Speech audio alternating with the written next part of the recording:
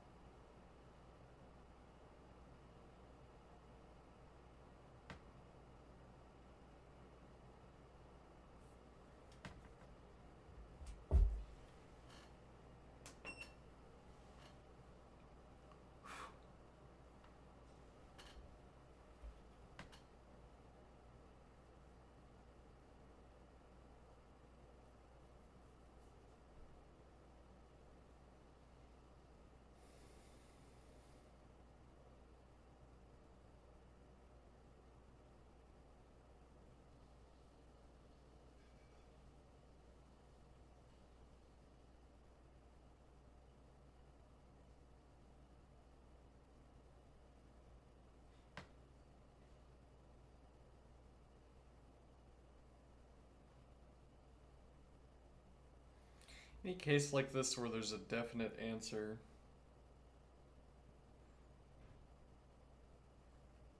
makes me suspicious that I'm going to be missing something. Makes me fearful of missing something.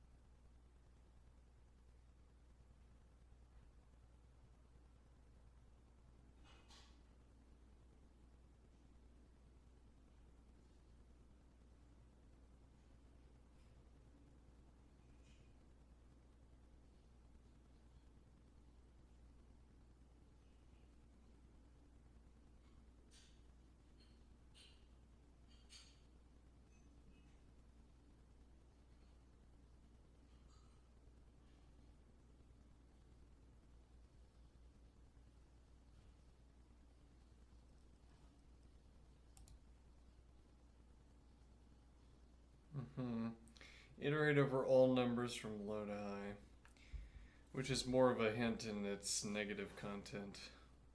If that is a good hint, it's good because the alternative of narrowing down the task is not a good idea or doesn't work.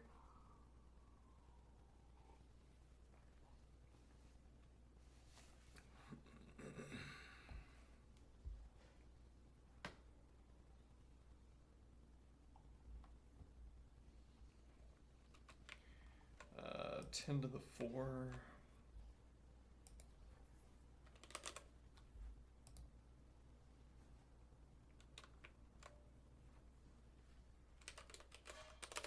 Which, as we all know, is 10,000. Okay.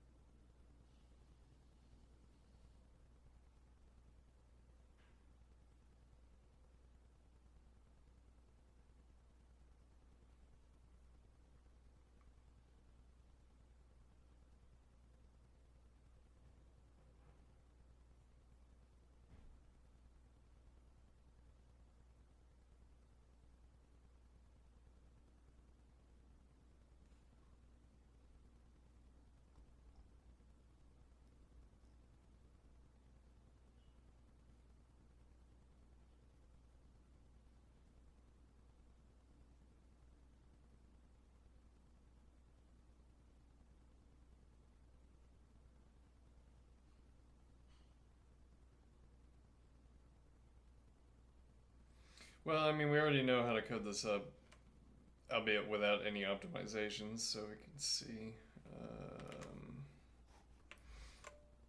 Let's see what we get out of that. So let's get our block of new lines.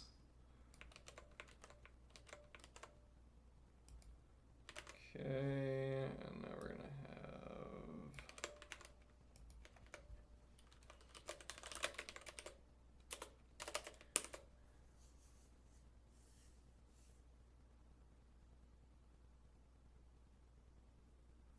so range. We could do in range instead.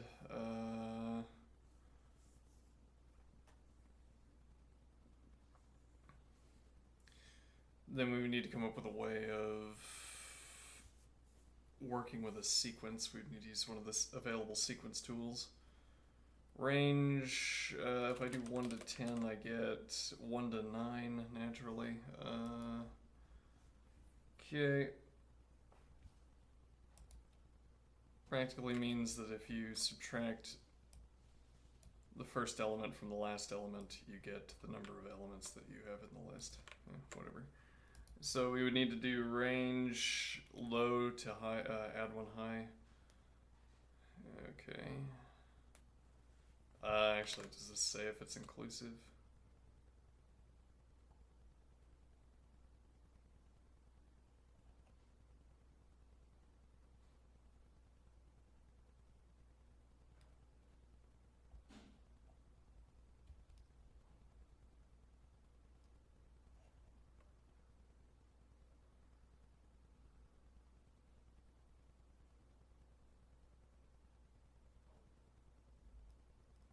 Well, actually, it says, let's see.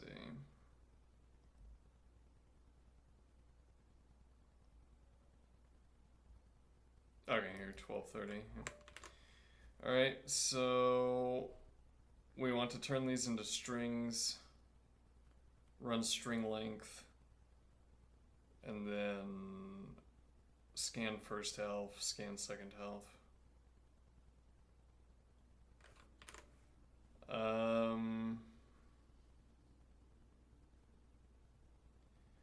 And there's no guarantees. Yeah, I mean we wouldn't want to continue scanning the first half. Huh.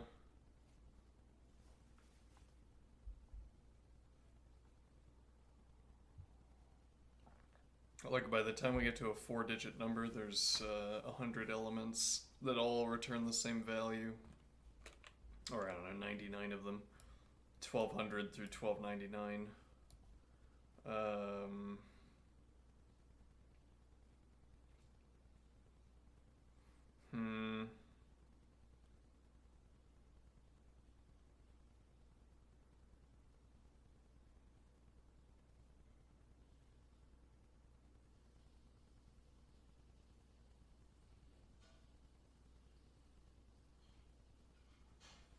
So we could have different facilities for different digit counts.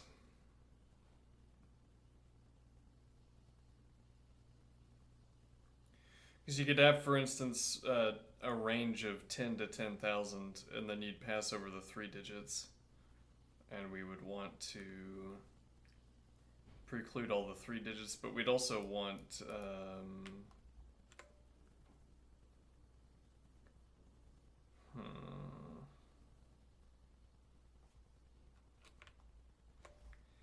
well, okay, so we could do, let's see, Racket sequences.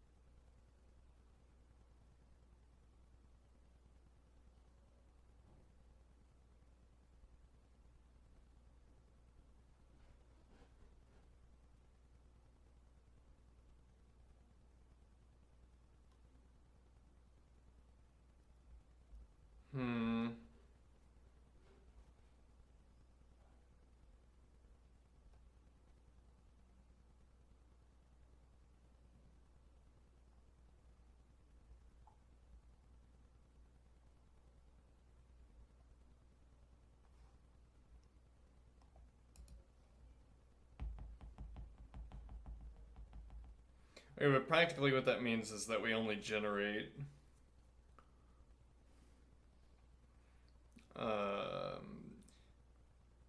yeah, though I mean that's a different question. Like if we're only going to generate even digited numbers, we would have to be able to scan low to high and figure out whether they cross a gap of single or triple digit. Um,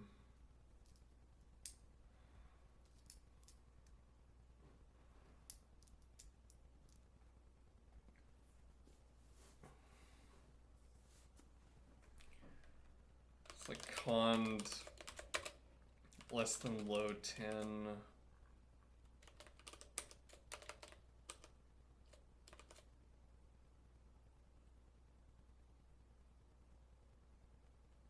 Less than low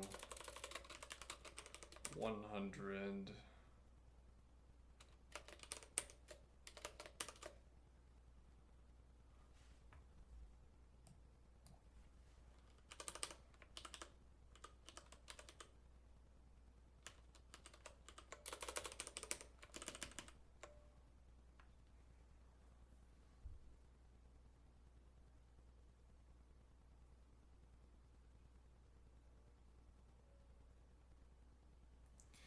Or we could do this the more straightforward way.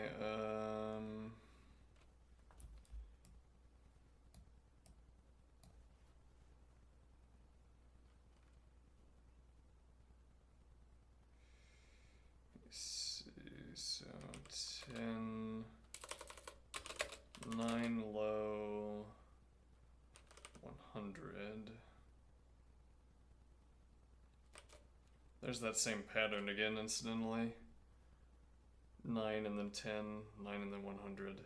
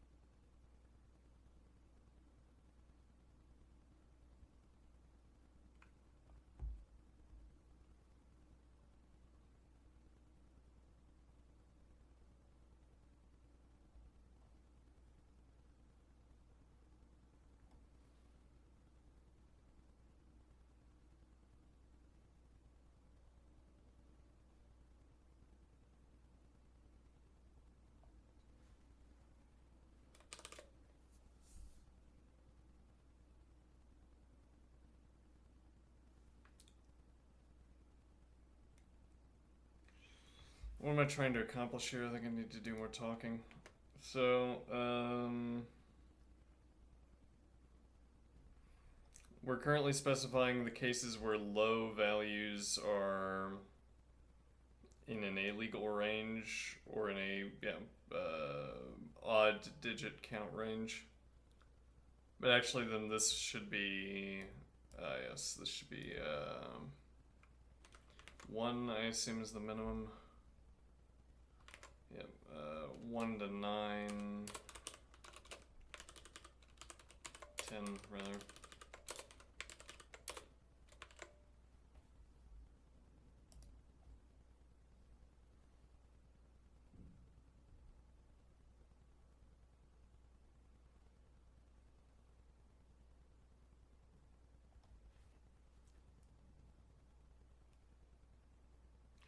Actually, this might end up being a subcond,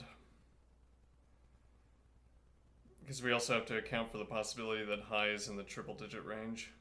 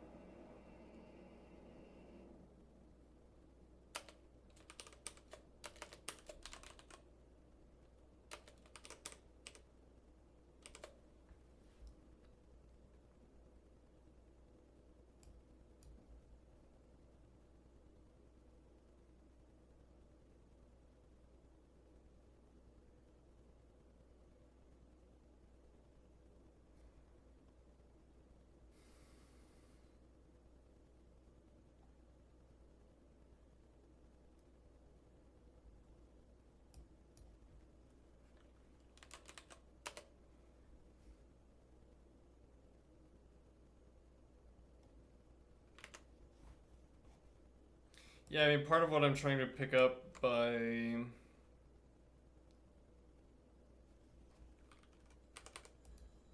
part of what I'm trying to pick up by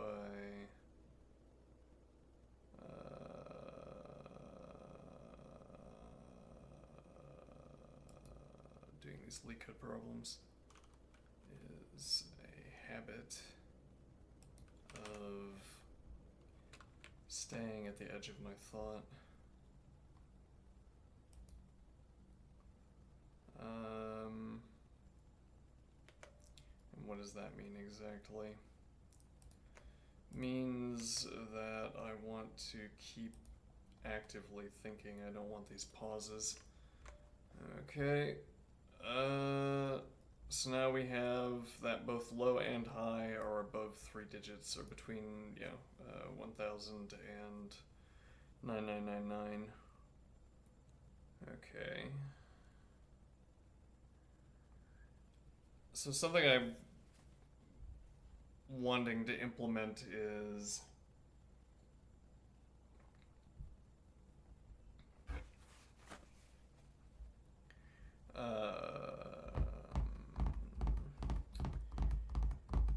I'm wanting to implement some kind of detection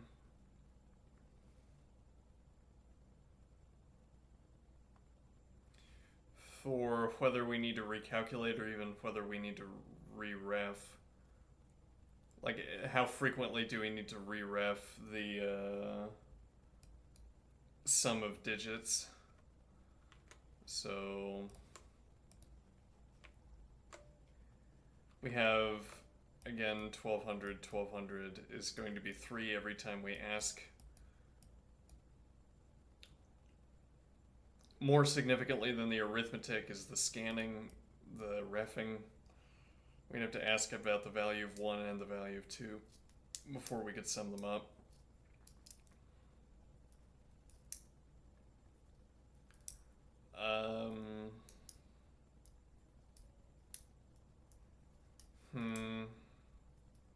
So how do we ask whether we need to recalculate the left-hand side of the value?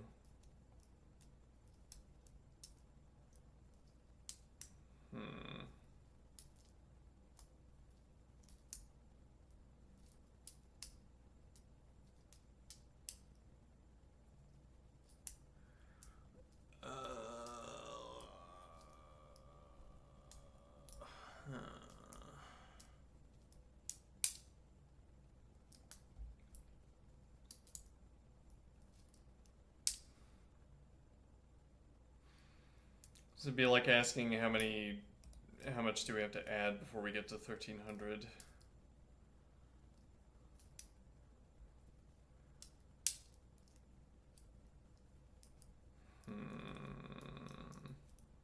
And how do we ask that? Well, we could take the number and subtract. Yeah, but we would have to know that it's 1200. Yeah, if I'm looking at the number, I can say take 1200 and 1200x and then subtract 1300. But how do we do that without looking at the number?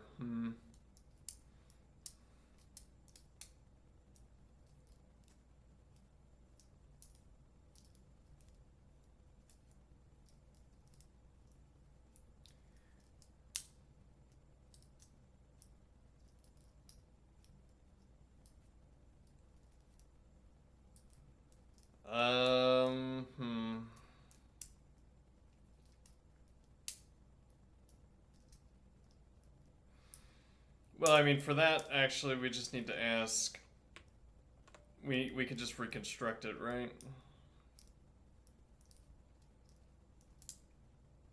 This is going to be a lot of picky manual effort. We can reconstruct this value in order to ask for a counter. And then after that, it's on a loop. We only need to know the starting position.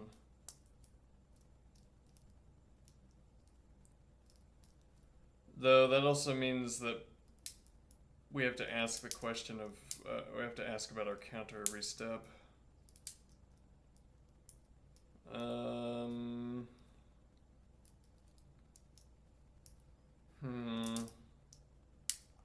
So yeah, we're adding an if check.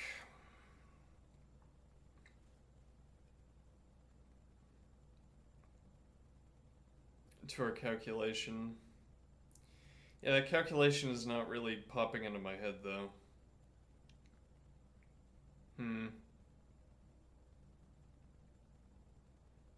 I might do some book learning.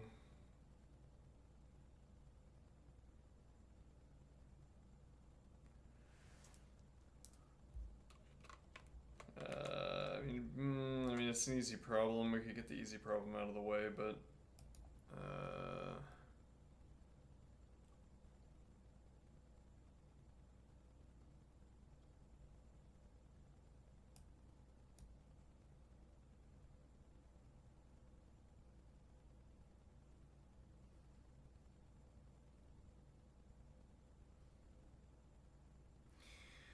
actually, there's an efficiency save here. We can, once we get the procedure, we could have a side procedure and use it to calculate this range once.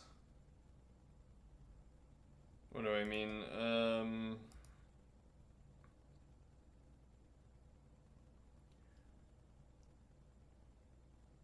Yeah, interesting. I mean, we could actually do a kind of binary search.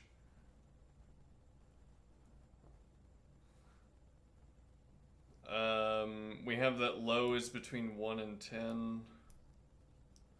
I guess single digit numbers count as symmetrical. No. Oh, they're odd, right? Never mind. Odd number of digits. So we can calculate, if we get the sort of brute force procedure, we can hand calculate this once. And the point is that this skips over all of the 2 digits. We're in the midst of the 3 digits, so the answer would simply be however many. Well, and actually we know that answer, that's 9.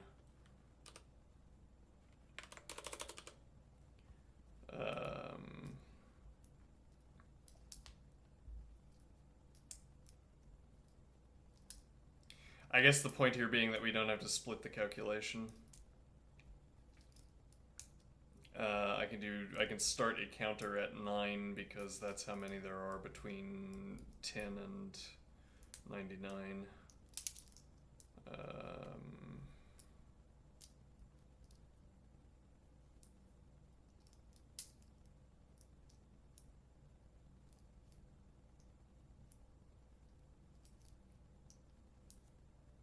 And then with a case where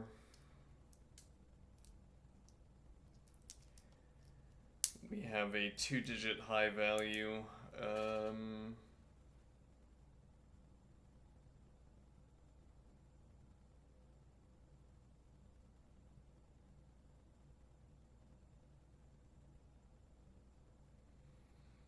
We could do what, like floor of divide number 11?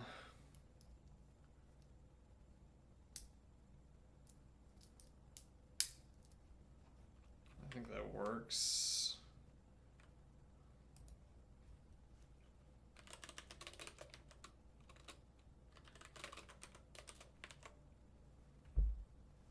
Okay.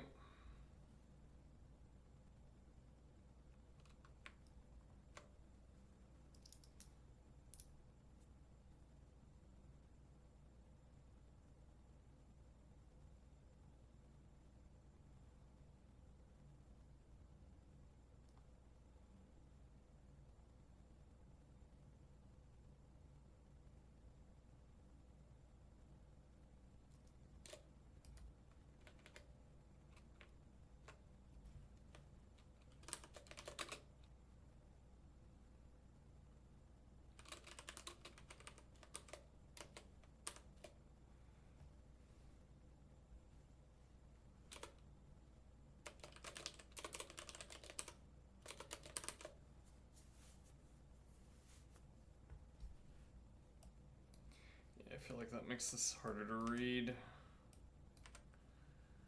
Alright, so the low number is a 2-digit.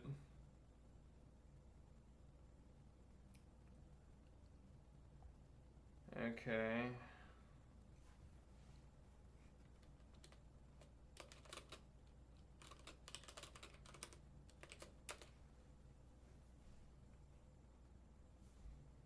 Not sure what to do about that yet.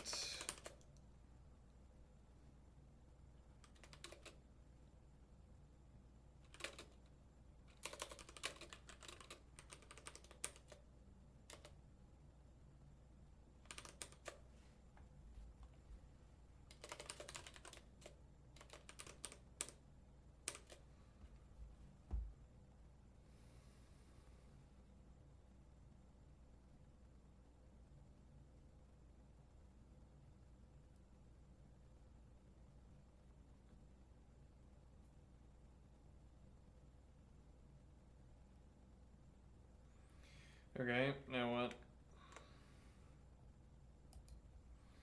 What do we do if 9 is or the low number is a 2-digit and the high value is also a 2-digit?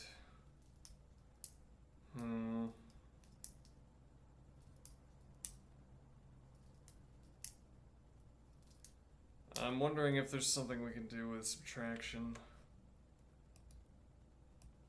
Like if I have 99, well, let me get, it just bothers me knowing it's over there, just get it out of there. Alright, so if I have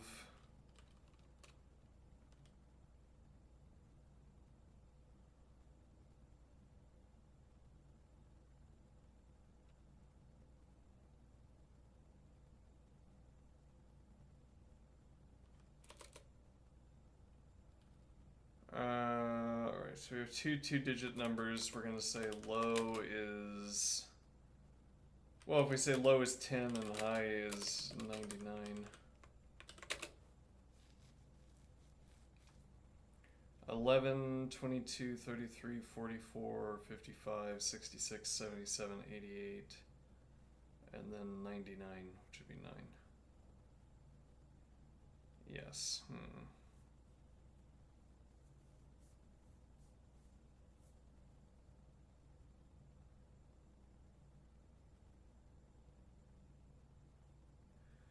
So we can't do, if we wanted to subtract low from high and divide by 11, we'd have to be taking the ceiling. So we'd be getting 89.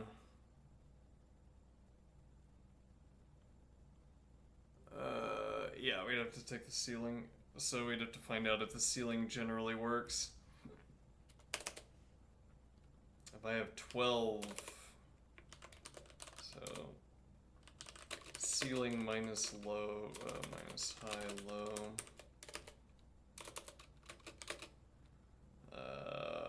Is equal to 9, which is what we want. Low 12, high 99. Now if we take the ceiling,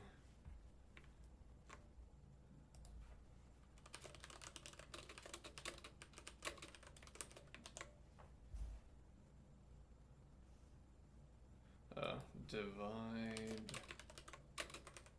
11.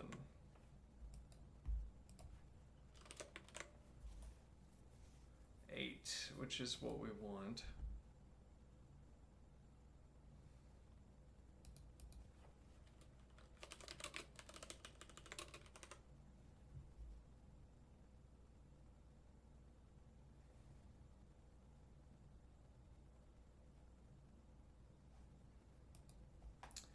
We can suppose that's correct. It seems pretty correct.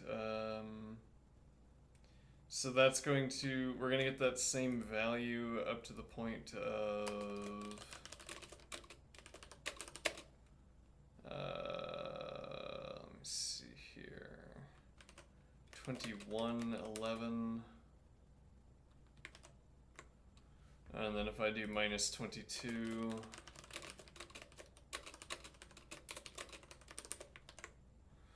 all right, makes sense to me.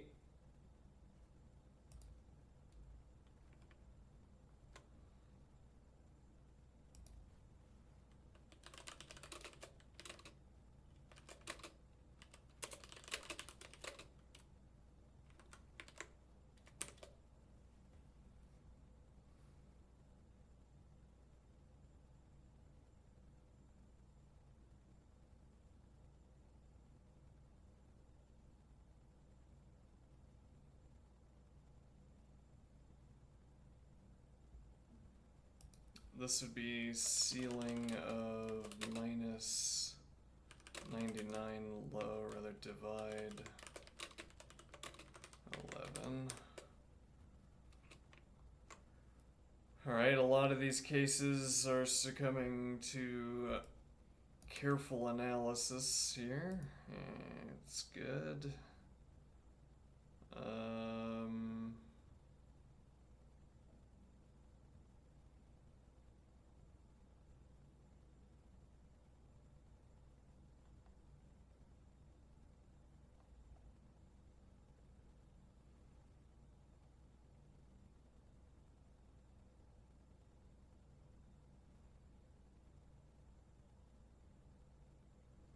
Yeah, I mean, we got all of these cases.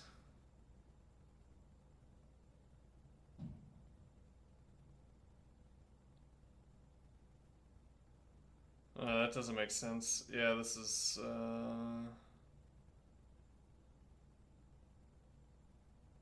we're missing something here.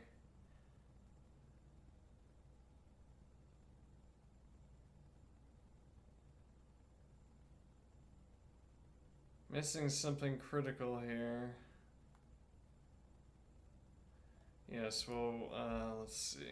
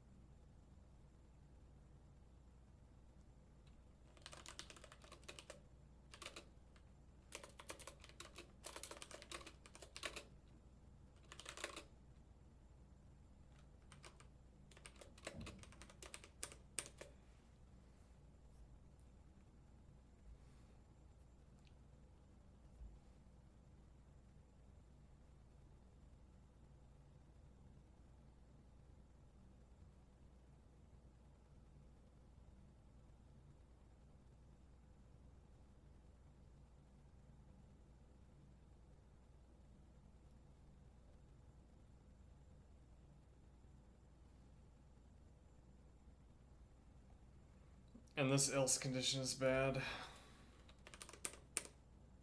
This needs to go in the pile of all the other else's. Um...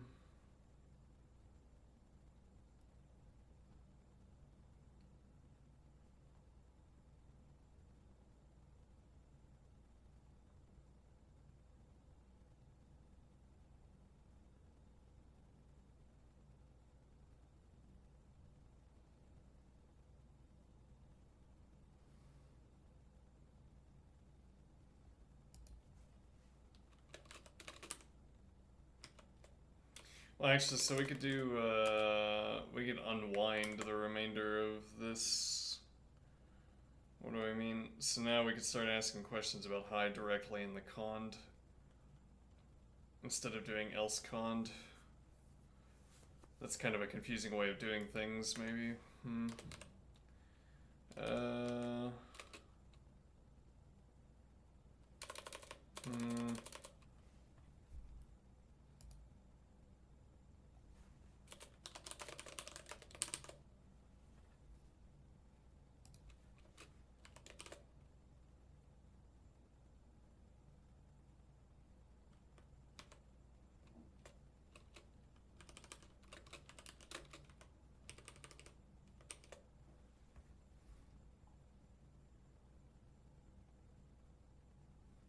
And then there aren't any cons to do, right? Yeah, actually, that's a good point. There aren't any additional cons because we just,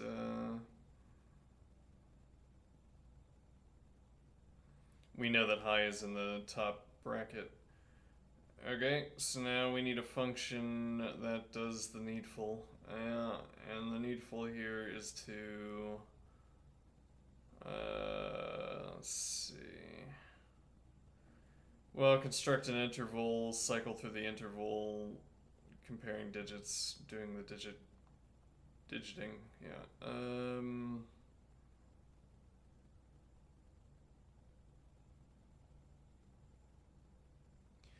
Hence why we have this stack of else's.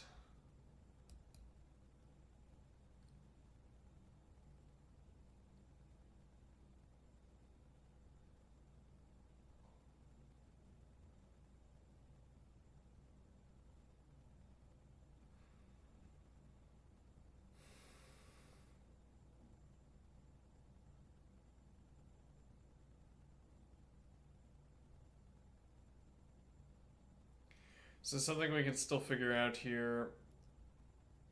Well, okay. Let's see, let's close this.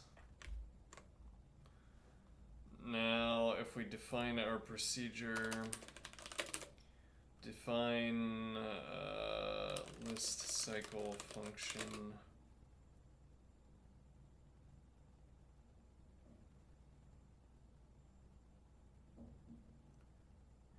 Okay, and now we're going to have range list integer. We're going to have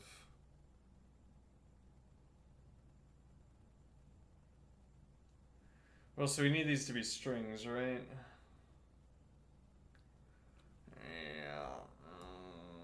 Okay, so this will be range list string one way or the other.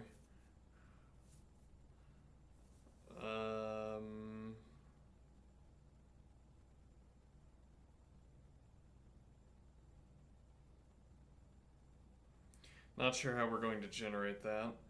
And then we need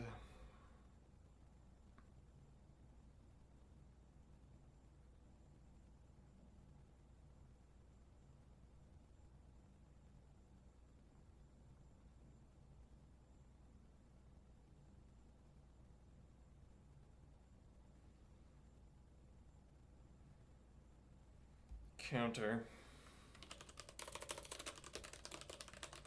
which is really all we're trying to get at here. And the point is that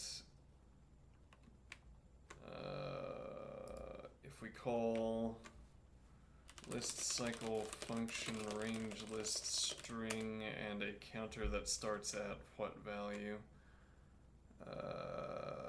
9. Okay. And now list cycle function range list string and a counter that starts at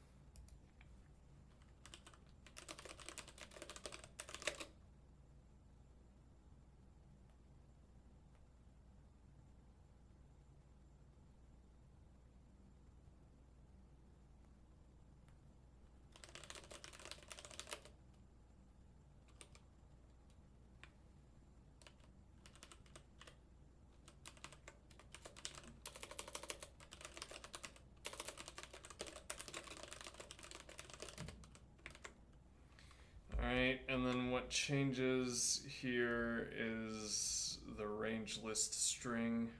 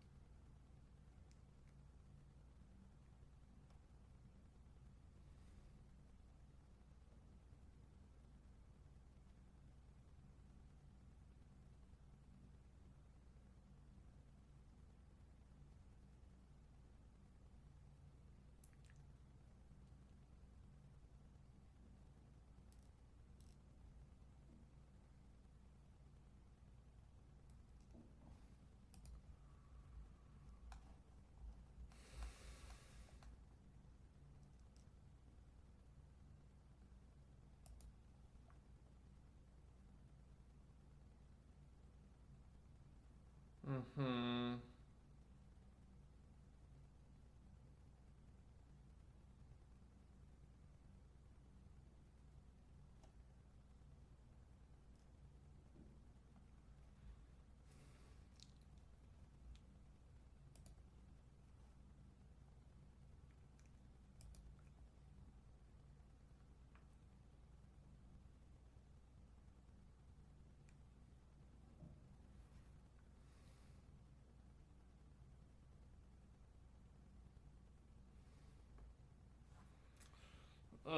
Let's ask this question. If I take, do a little bit of speed testing here.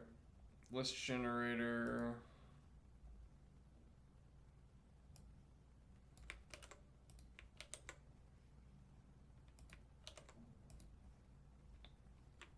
Okay, so time map,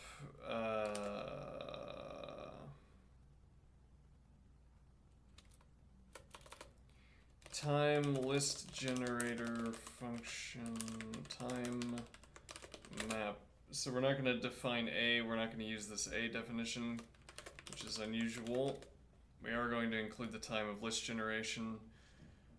Map,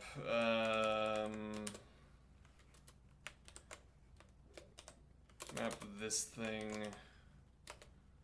onto list generator function 1 million null. Alright.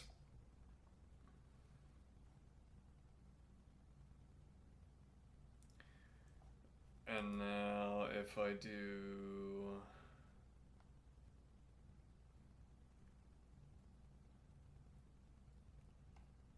okay, but then we would need a sequence generator, right? Yeah, but actually, yeah, we could just do that without the list generator. Yeah, okay. Time. So we want range. We want in range,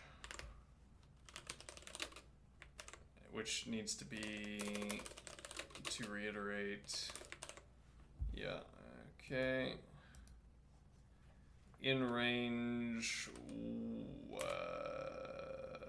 Actually, can I just do in range 10? Rather, can I just do range 10? Yeah, okay.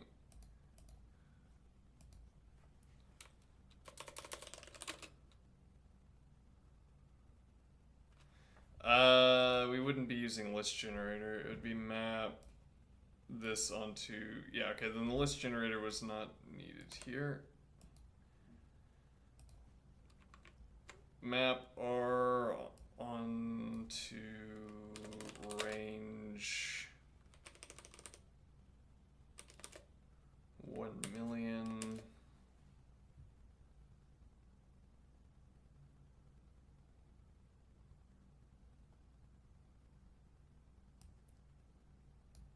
And if we want, we can, I think we can do, I do 4 each.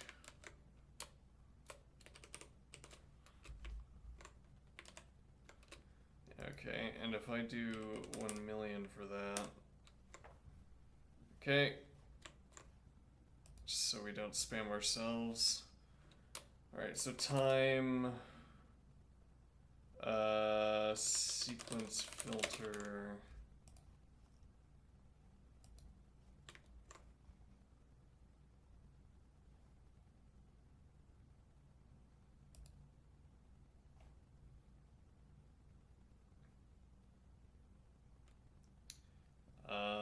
What do we want out of this? No, rather we want sequence map. Alright, let's see.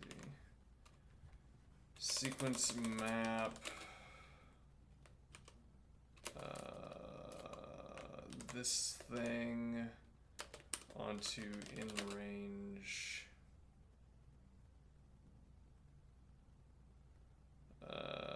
1 million.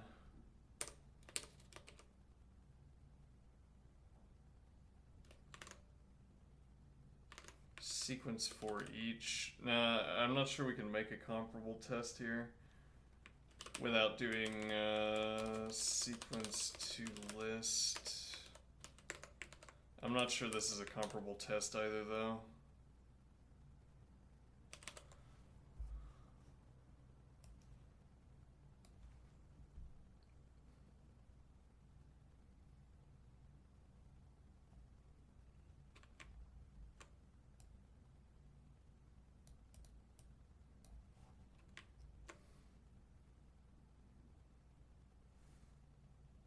Yes, well, we wouldn't be running sequence to list, would we? Would we need to do that?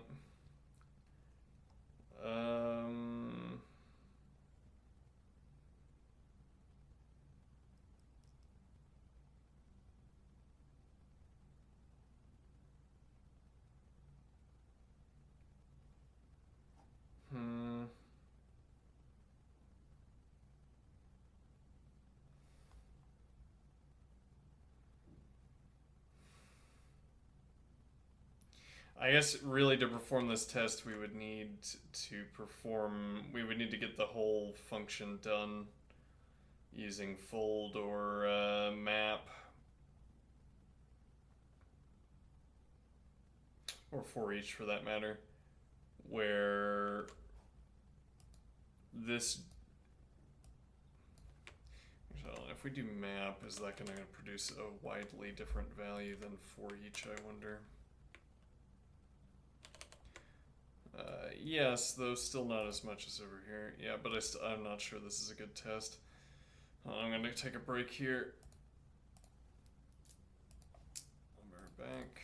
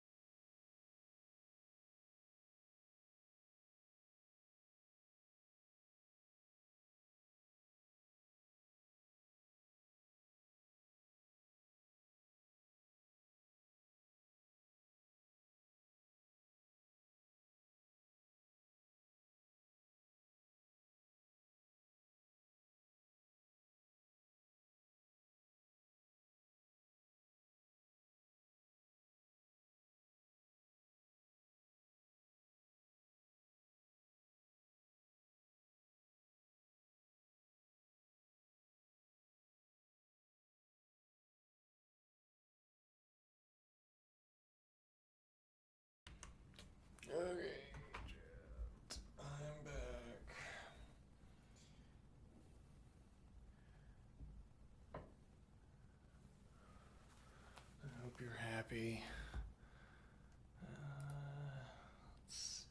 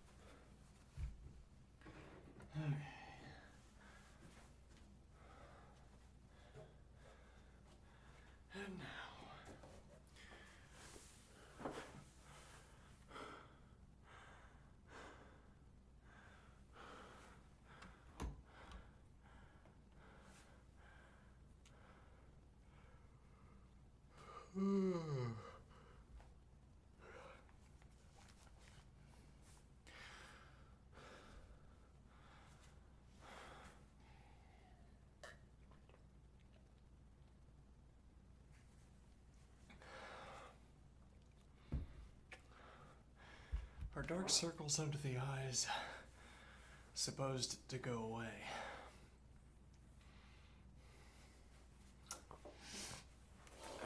Mine never have. Anyway, so what we're wondering about here is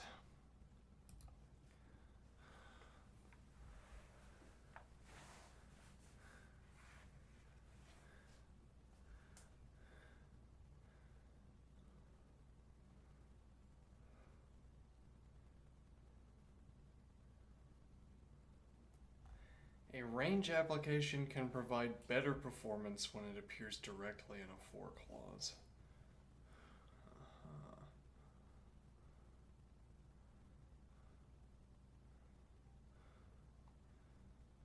Interesting.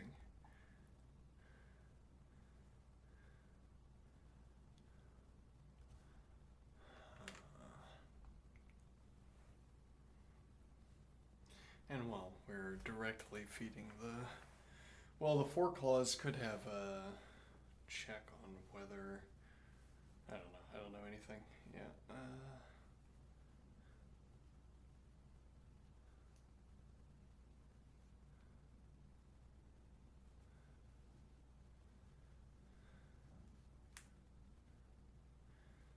Alright, so where does that leave us? So we have range list string.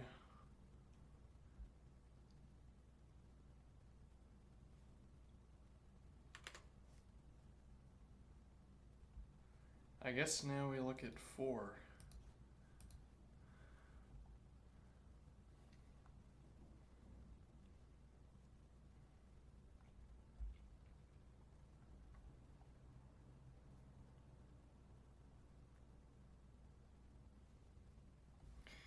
If I do for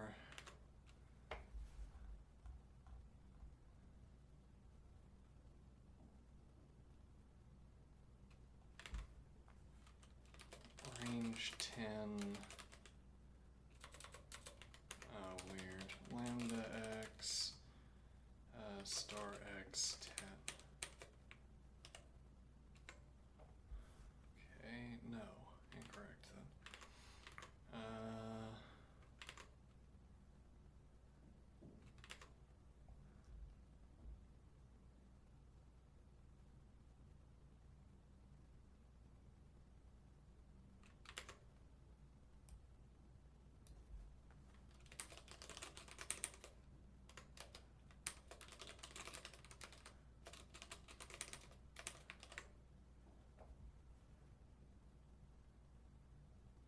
Uh-huh.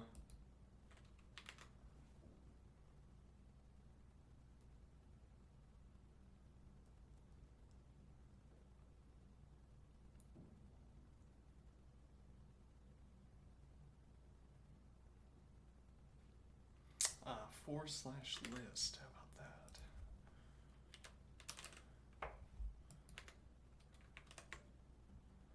Procedure, uh-huh.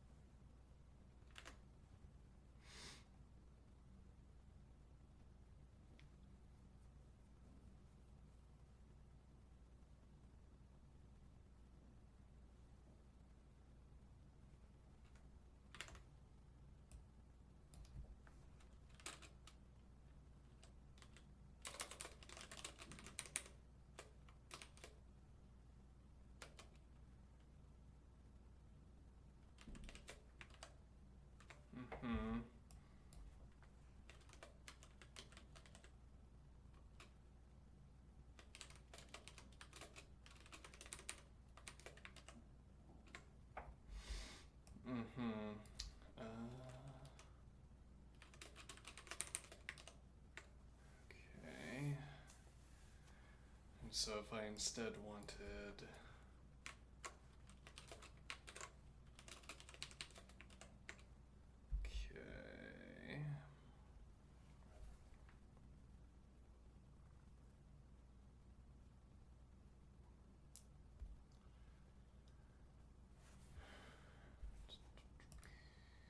and what does that tell us?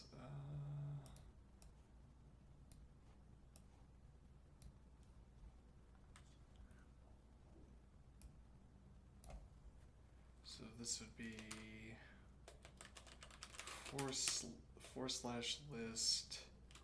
I range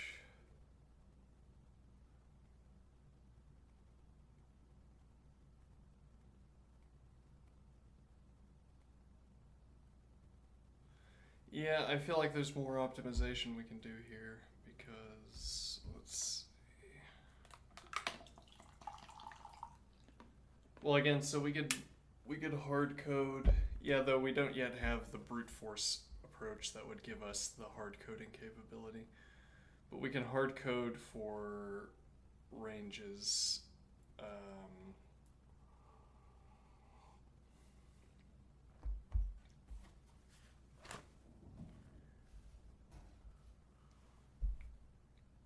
Yeah, we need the brute force. We need the horrible does everything brute force approach.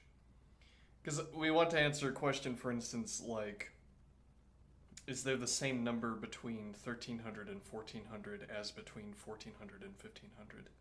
Or does that change? Or really, we don't even care about that. The point would be that once we've isolated the high value, we only ever need to calculate intra 100.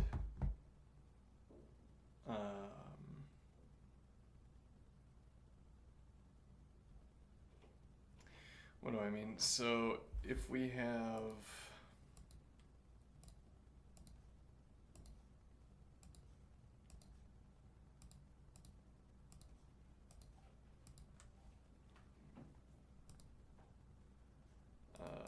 let's see.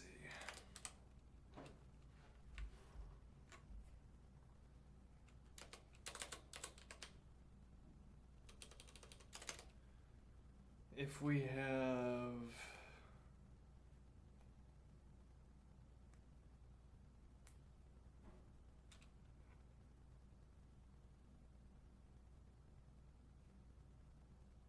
intra 100, right? So we're saying like 14, 20, 21, 1683. Okay. Now this is maybe not the best example. But okay, this is our low high.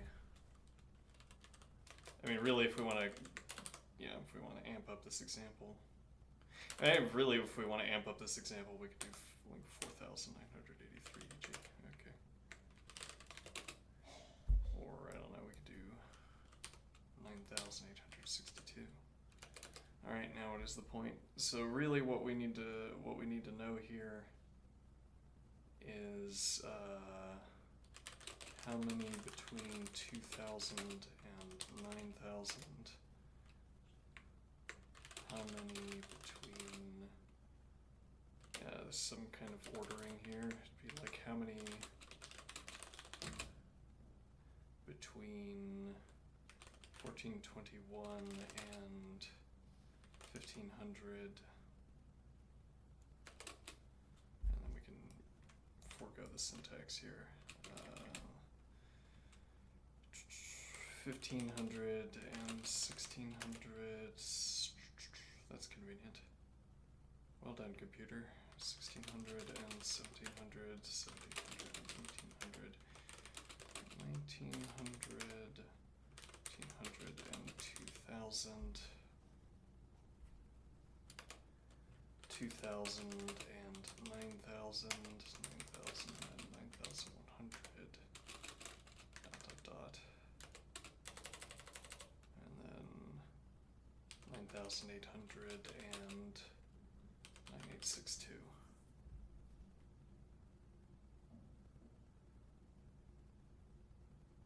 Here we could do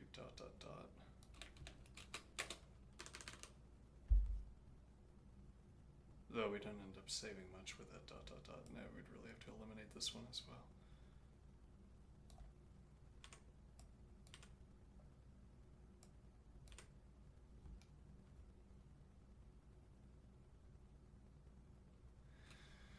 So this is more like the calculation we want to perform.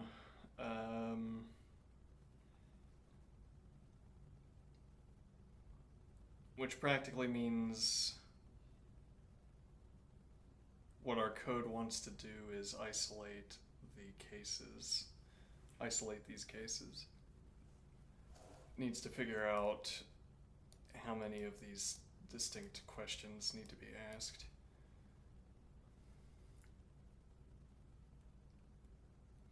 So we could have a hash table, we could have a thousands hash table and a hundreds hash table, where the hundreds hash table is understood to be above. Well, no, it'd have to be tied in with thousands. Yeah, so we'd have to have a hundreds hash table for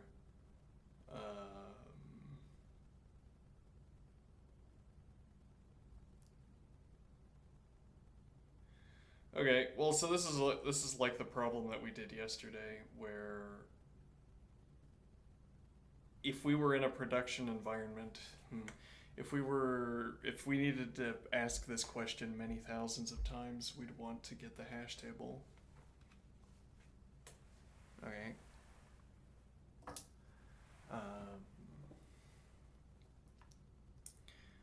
So that's how I'm gonna do it. Okay, and now the question is not really how do you solve the stated problem, because the answer to that is you use a hash table with some logic. The question instead is how do you make that hash table?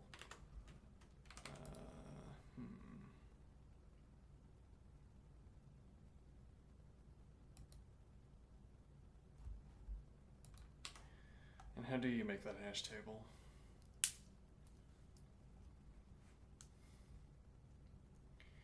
So we want our brute force.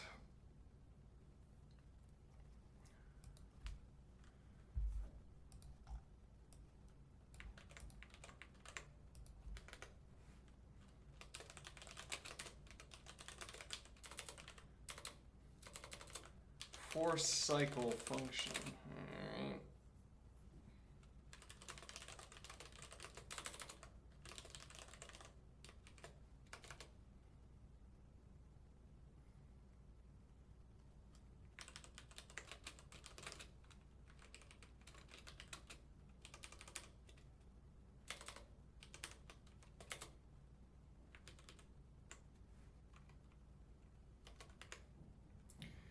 All right. Alright, so /list I range low integer, high integer,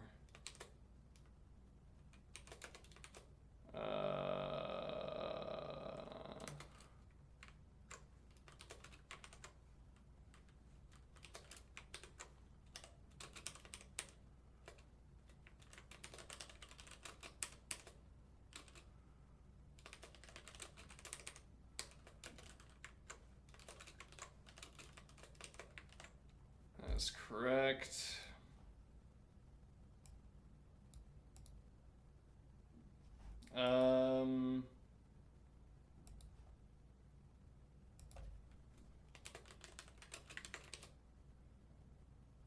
And we could do inclusive range.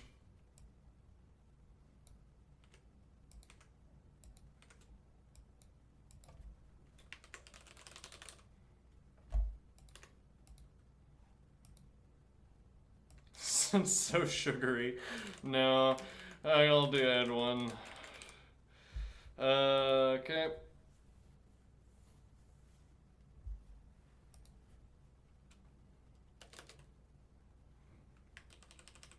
And now what do we want to do with this?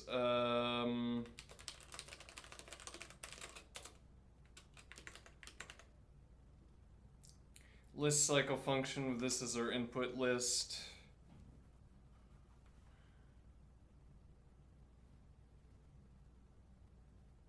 And we'll find out if we can restate this as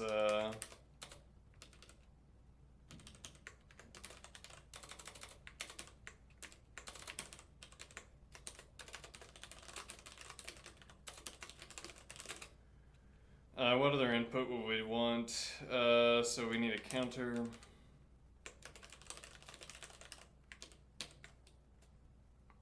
Yeah, so actually this is probably going to be a either for each or fold left.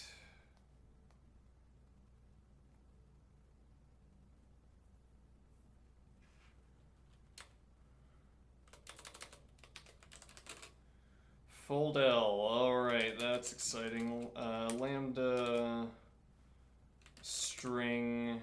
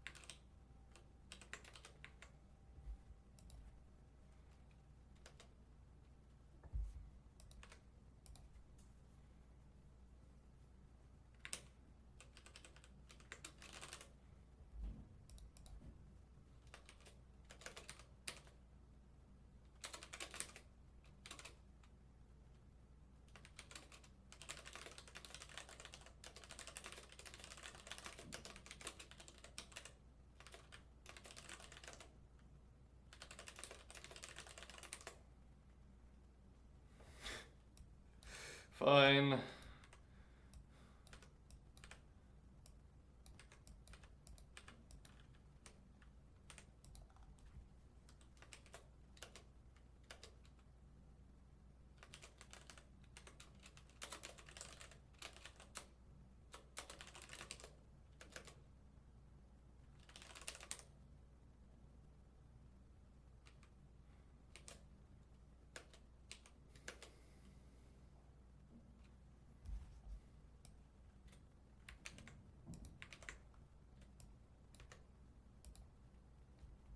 Alright, so let's see what that does.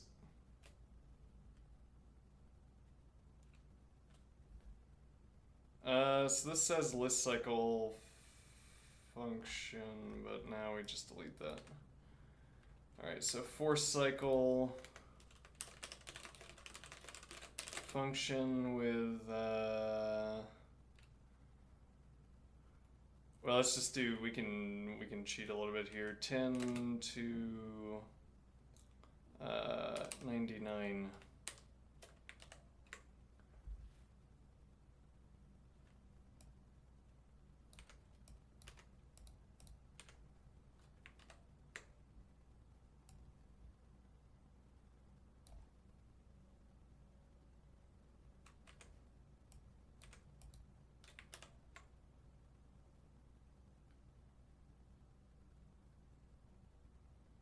Oh, never mind. Yeah, we have to do it. It's limited range. All right, so let's get a known answer, I guess. Let me think here. Well, if it's 1000 to 1099 EG, which yeah, okay.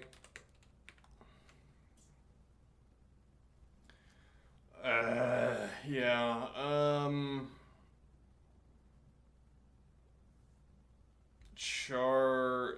no.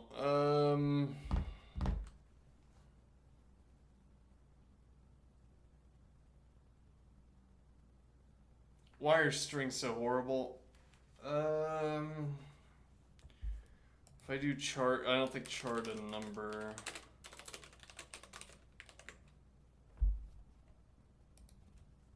No, that would be wrong anyway, but no, chart a number is not an option. So you'd have to do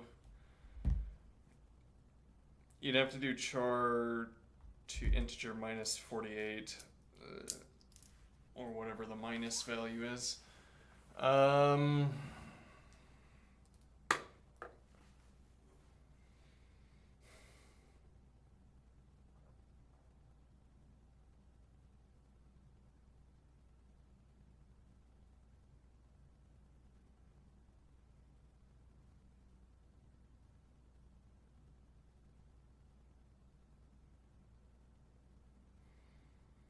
Yeah, well, we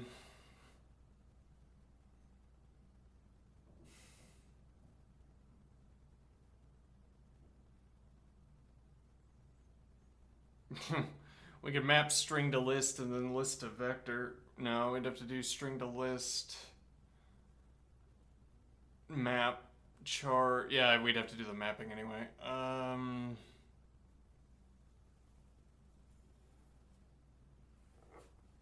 And then we'd have to perform a slew of list operations.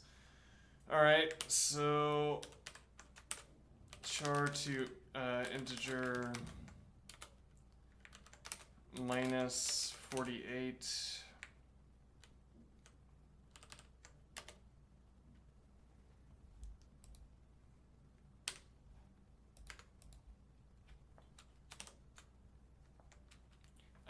Let's confirm that.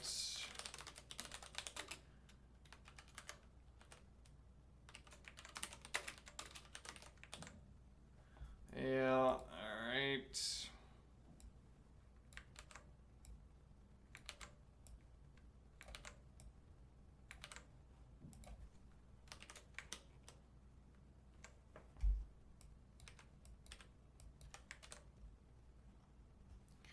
Two, does that make sense? Yes, because the two numbers would be 1010 and 1001.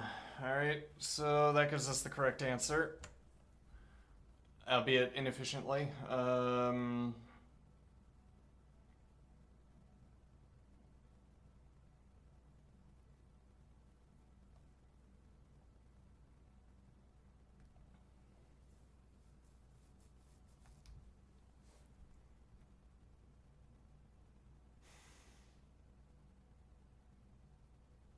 No, actually, we still need to have... No, we don't.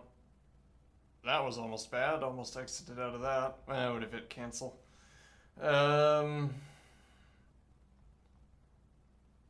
so we have a closed form solution, as it were, for everything except for the case where high is between 1,000 and 10,000.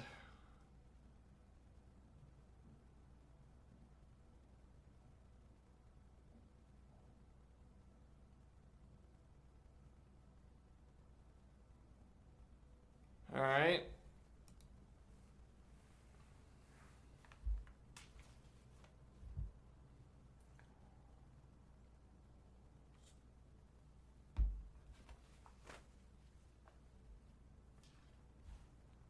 Now what?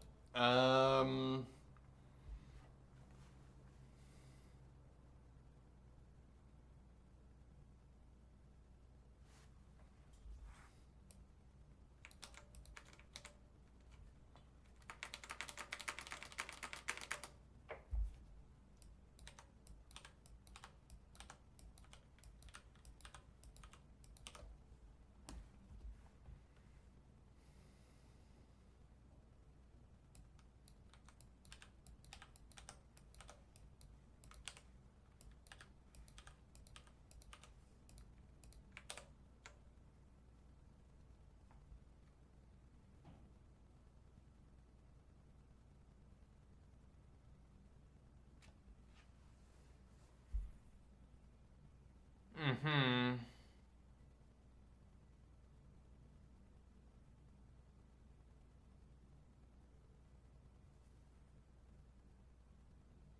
Now that's interesting.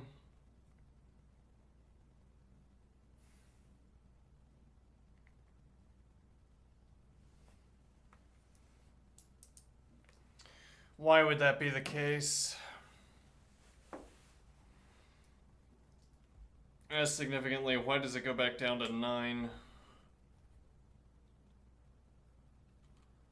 So 11, this adds up to 2. Okay, then we're going to have 11. And then we're going to have 2, 0, and 0, 2. This adds up to 3. We can have 12, 21, 30, and 0, 3. Alright, this adds up to, so we can have 13, we can have 31, but then we can have 2, 2, 0, 4, 4, 0. Yeah. Then we have 14, 41. Interesting. So on an even number, you can split it in half.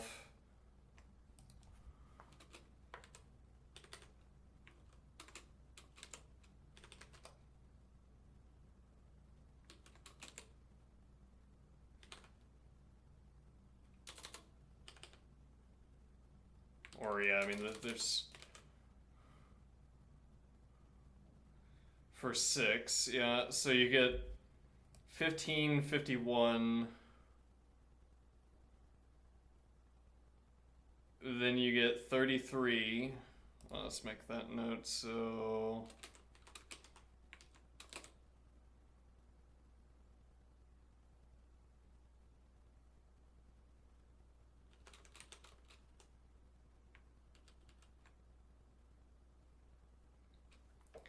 So you can't flip this one. Here you get... Well, you can't flip any of them if you're... Yeah, never mind. Now, so...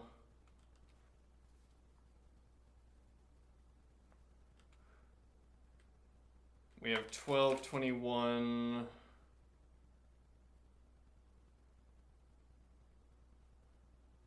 30, 0, 3, and that's it. Yeah, okay.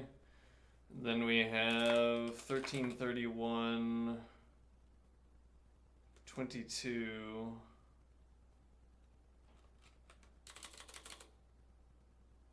40, 0, 4, and 22. Put a wrapper around this one to indicate that it's different. Here, 14, 41, 23, 32.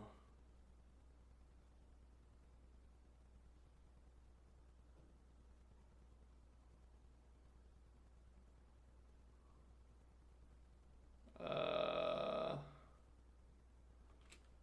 0, 5, 5, 0.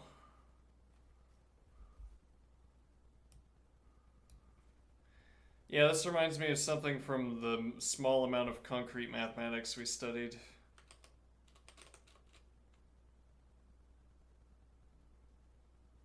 Or it might be reminding me of something from discrete math, one of the discrete math problems, but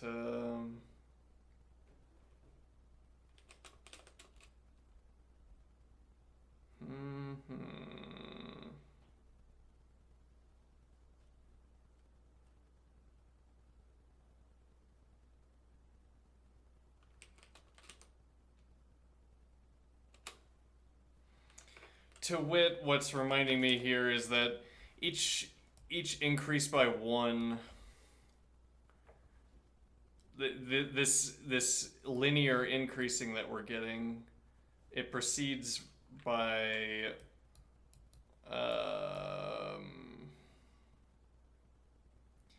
we get the number in its flip, and we keep the number in its flip, so this class sticks around. And now we increase by 1 because, in addition to the number and its flip... Well, no, there is no flip. So in this case, where you have a symmetrical... Yeah, but that can't be the point, right? No, but so like 22 and 33 are falling into the same symmetrical case. It's just that this is symmetrical from the number directly, whereas this is symmetrical from a splitting of 4 into 2 and 2.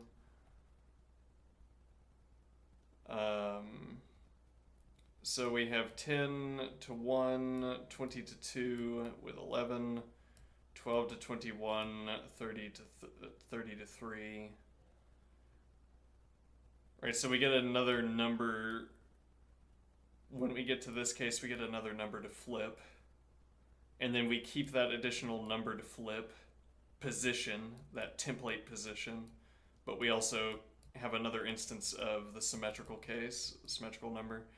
And then we add another flip position in the template. And then we add another symmetrical number. Interesting. Now, why does this one go different? Well, let's go ahead and complete it. So this will be 1661. This is 7. So we'd have 34, 43, and 7007. This is not in a systematic order. No, indeed not. Not clear what the systematic order would be. No, it is, yeah, okay. So this would be 0, 5.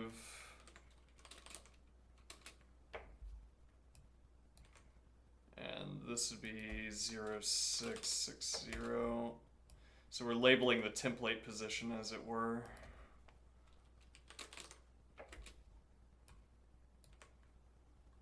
Alright, and now we have to make a decision, a further decision about the templating. Or we have already made it, because now it's 2552.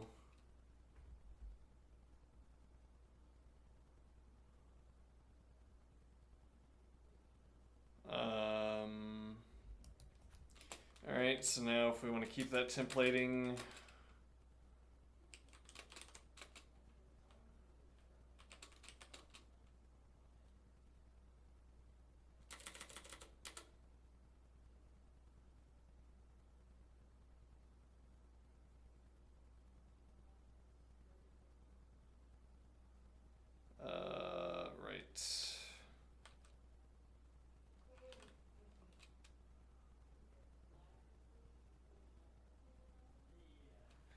actually, we could do by first digit and have this here. Then we'd have 2662 and then 3553. And then 44. And now 1771. No, rather, 1881. 0990. 2772. Oh, that just turned out nicely, didn't it? Except for these two, which should be 0440, 030. And then we have 3663. And then we should have another pair.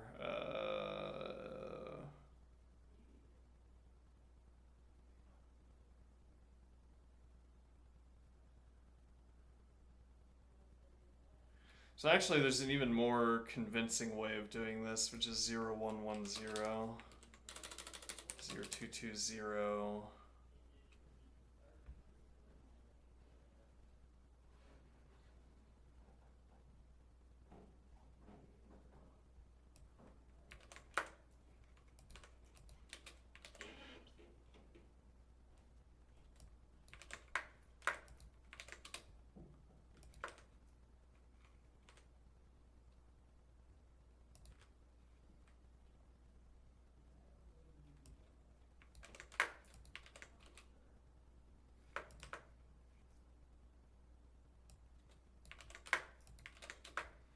And then we keep all the digits in a row. Whether it's 0, 1, 2.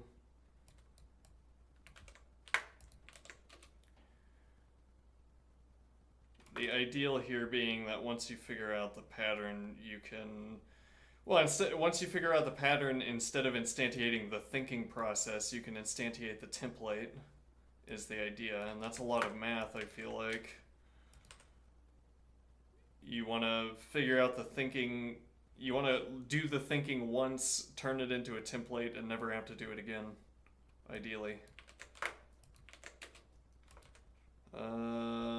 So now we need 4. See here, it does the thinking for me. 4, 5, 5, 4. There we go. And now, why does this go wrong?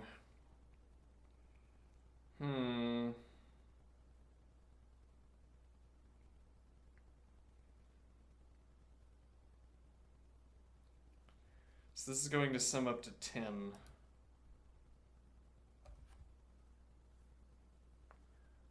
And I guess that goes wrong here because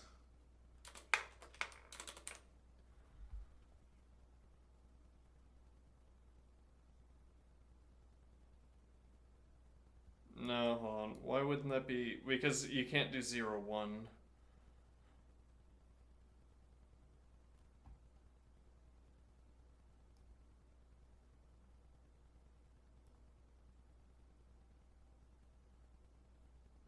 What? Hold on.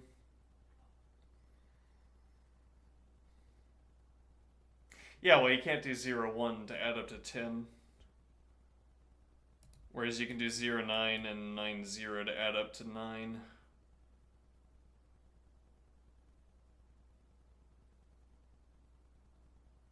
Yeah, that's a confusing break. Well, it's a break. It's a change in the pattern.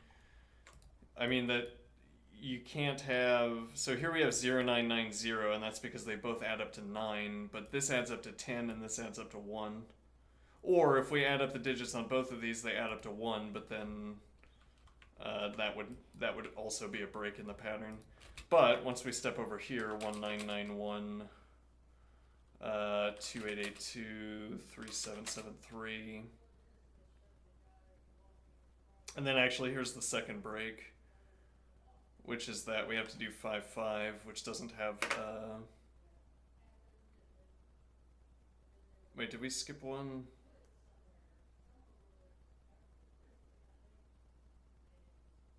No, well, yeah, 4, 6, 6, 4.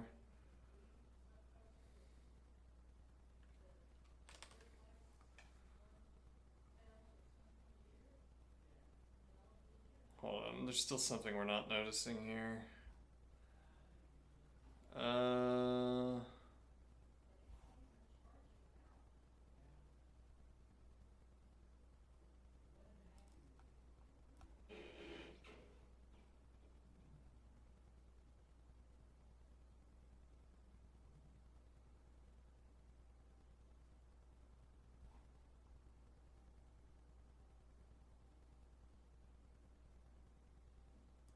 Actually, there's a funny point here. You never have to do. No, never mind. Disagreed. Let me see.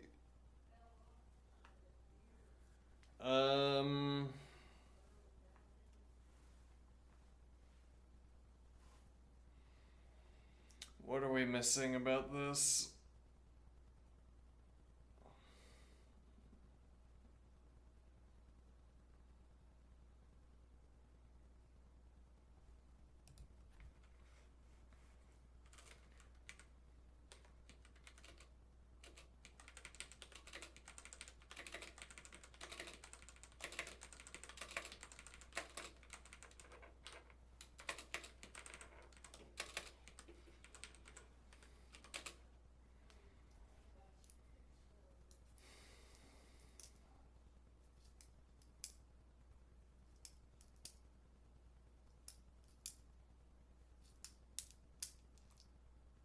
Are we not missing anything? Hold on.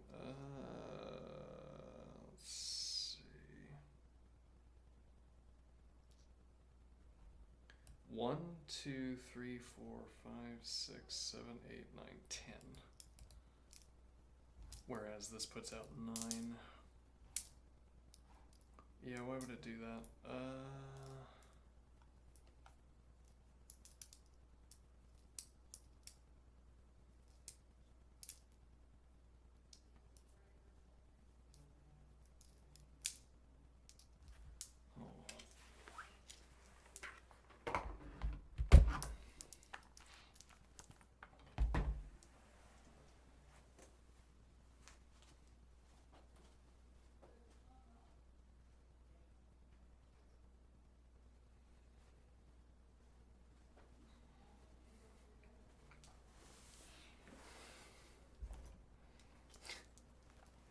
I want an electronic device that buzzes like a refrigerator. But that's all it does. And I don't want a pre-recording of a buzz. Okay. I want the actual buzzing. I want the physical effect to be generating the sound. Can I have such a thing? Just sit and listen to it all day. Replace all of my music consumption just listening to a buzz. Let's see, so...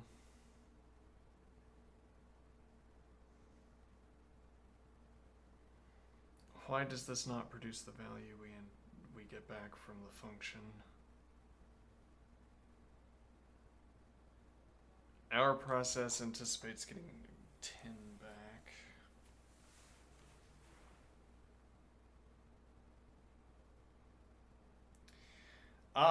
We don't get either of these, is the problem.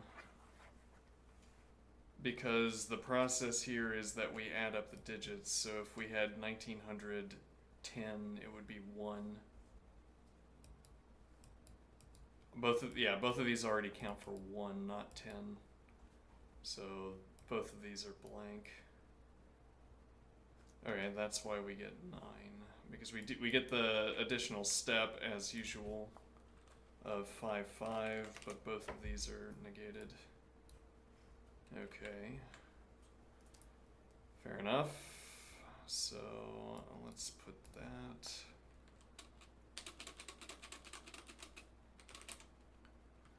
Right, and now let's comment that out.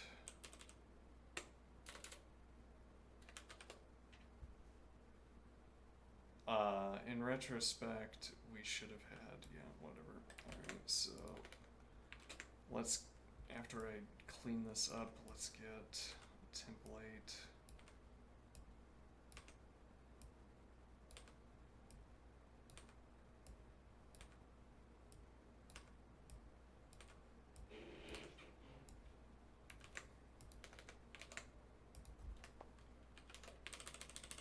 That I can copy again.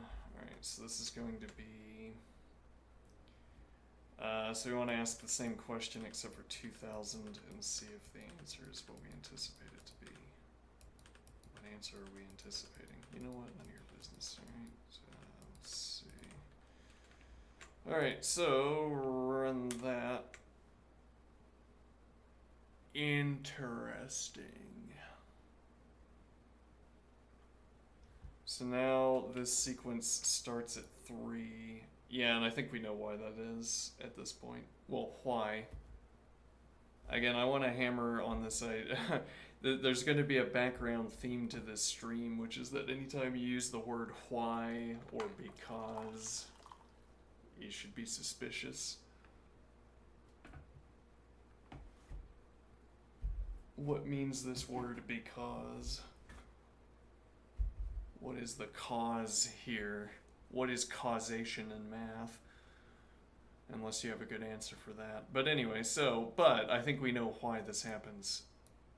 Despite my caution here. It falls out of this pattern where we're going to hit 10. And you can't have a sum of 10.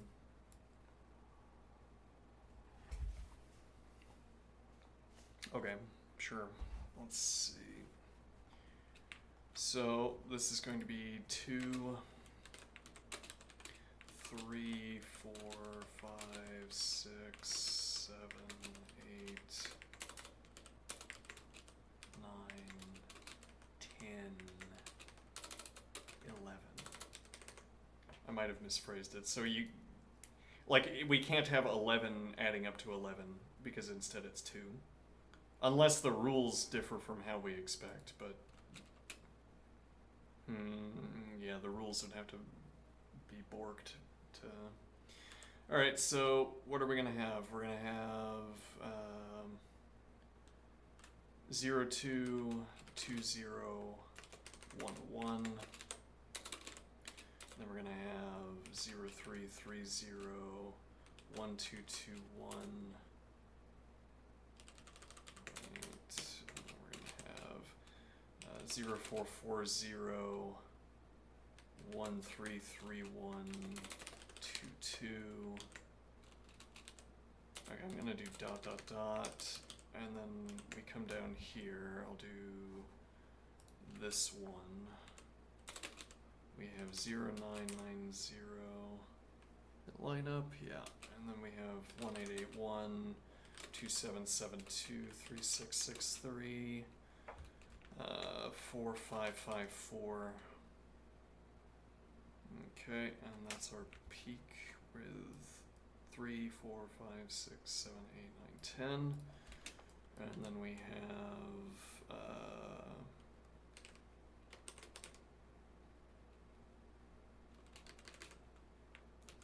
and now here we're going to have,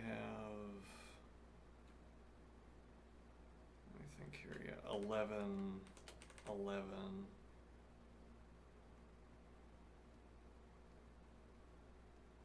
Okay, but then we're also not going to have 1, 1, 10, and 10, 1, which is what we would need to follow the pattern. It's convenient that it breaks here too, because otherwise we'd have to shift our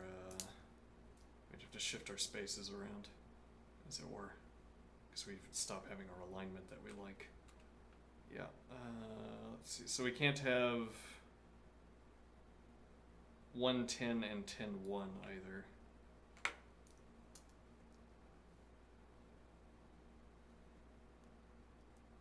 Okay, and that's why we go back to 8.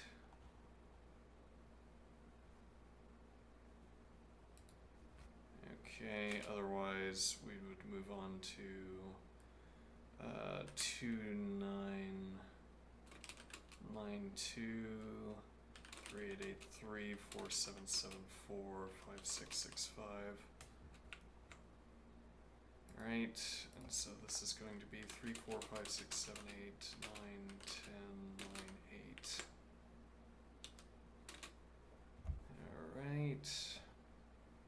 Actually, what I'll do, I'll just extend the one comment.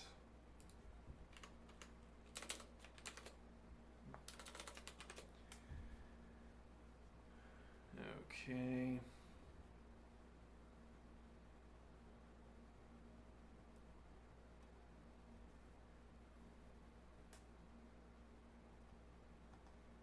And now I'm going to inductively carry the pattern forward.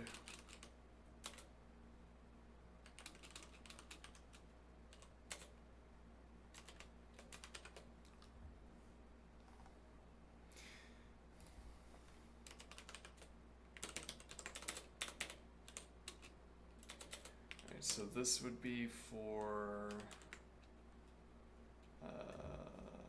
let's see, this is for 2.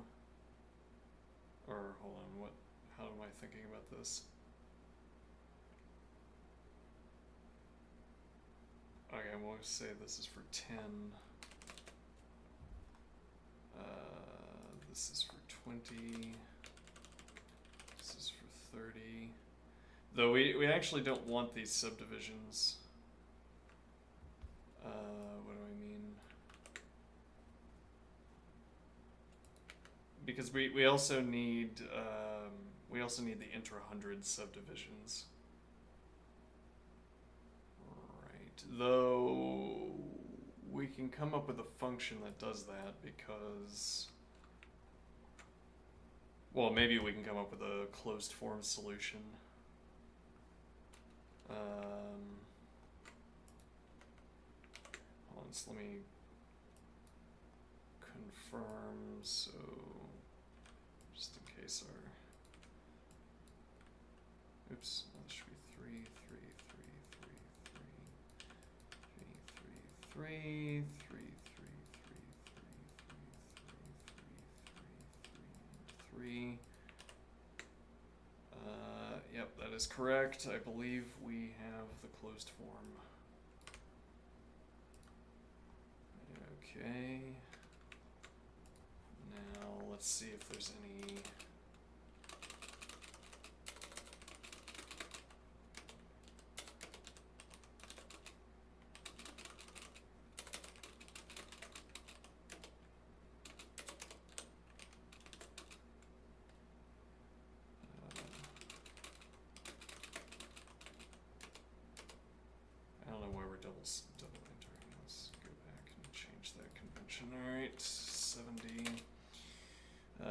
910.9876543. Let's see if there's any obvious point that we need to test. No. Doesn't look like it.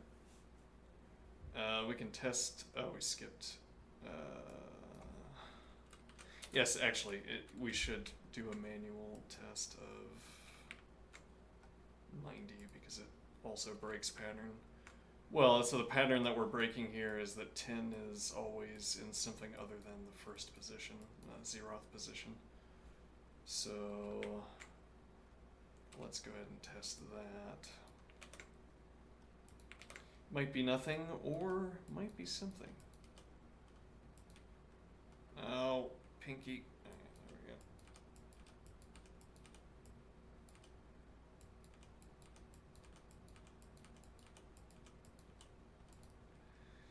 My innovation of replacing tilde with backspace should be replicated across all keyboards. Nope, looks like it works the same. All right.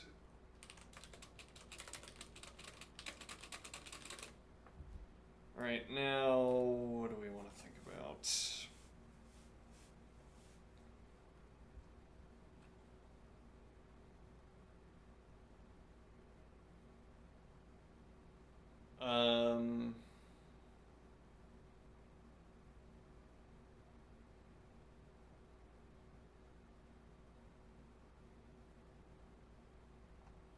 So these don't all sum up to the same values.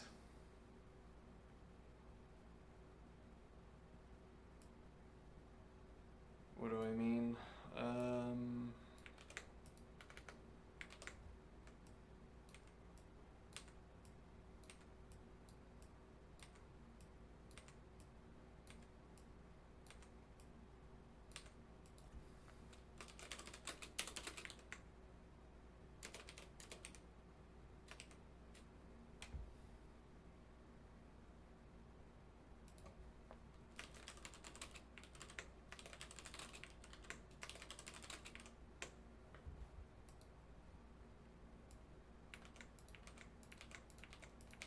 You know, I'm thinking there might be an undue bias against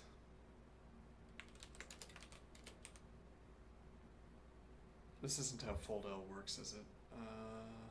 No, it's not.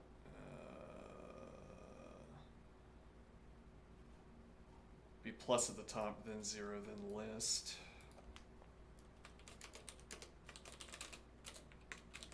Though we can put in the list at the end. If I do that.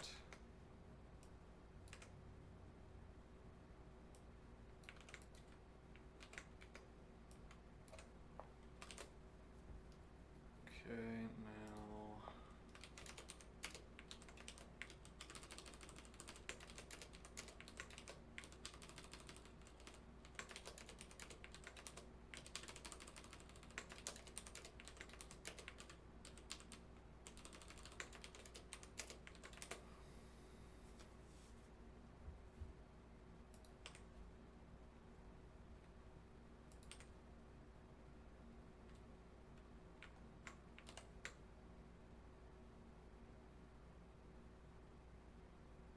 Oh, right.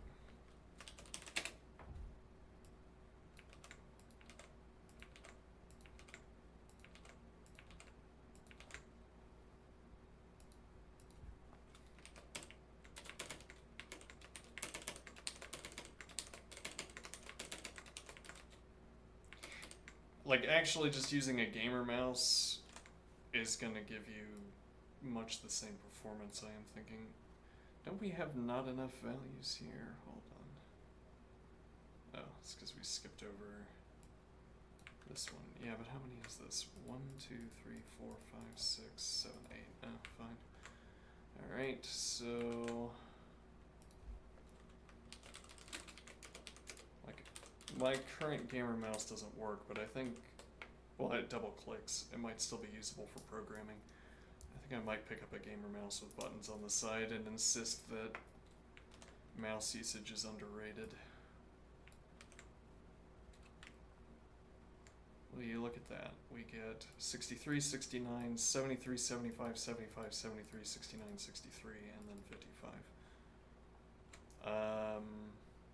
With the odd one out being the Zeroth 1000.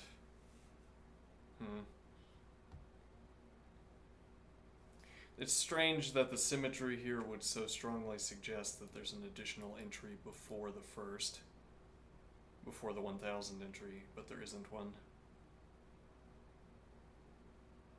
Well,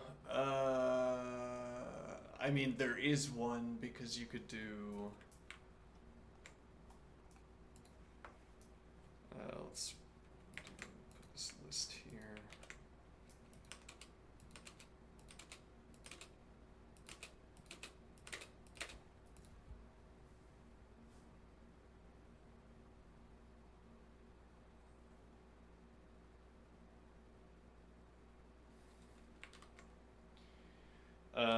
What do I mean?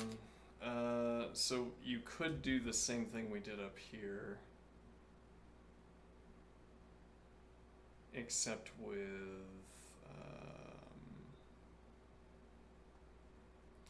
let's copy this. We can't input this, but if we just subtract, if we just replace all these ones with zeros.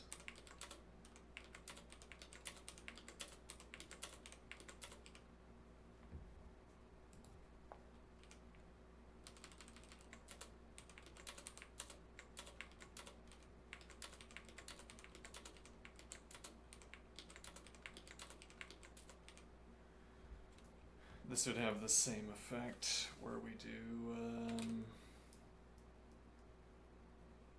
well, yeah, this would be 0, 0.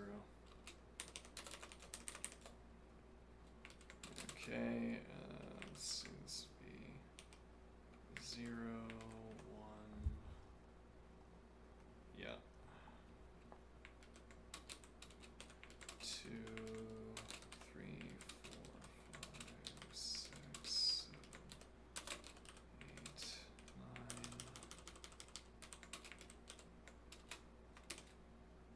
Well, then we don't need, yeah, okay. Well, okay, so now we're gonna have,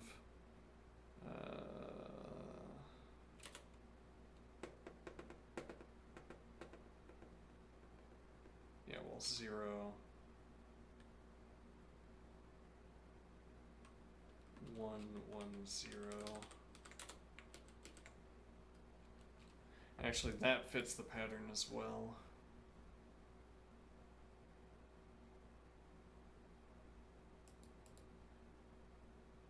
Does it though? Hold on.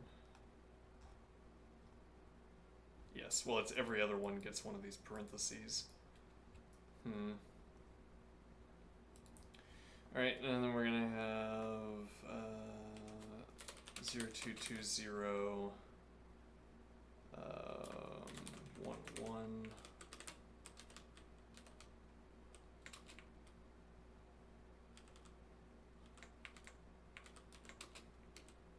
Yeah, okay.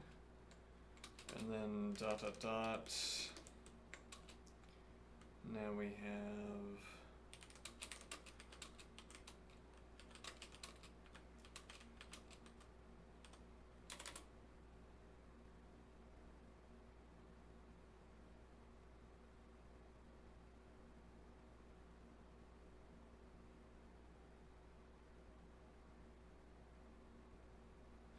we did something wrong. Hold on. Yeah, this is conceptual error.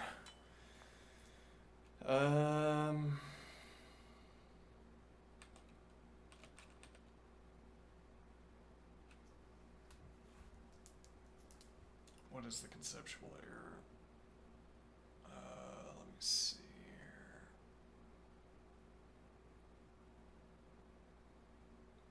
So we took each of these, we took each of these values, and that's what we ran full left on. But that isn't the point. The point is to count the number of entries. Which is nearly correct.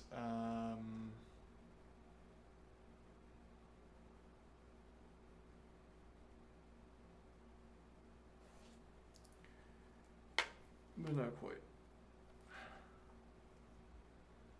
Because rather what we would have is... Wait, how did this go wrong?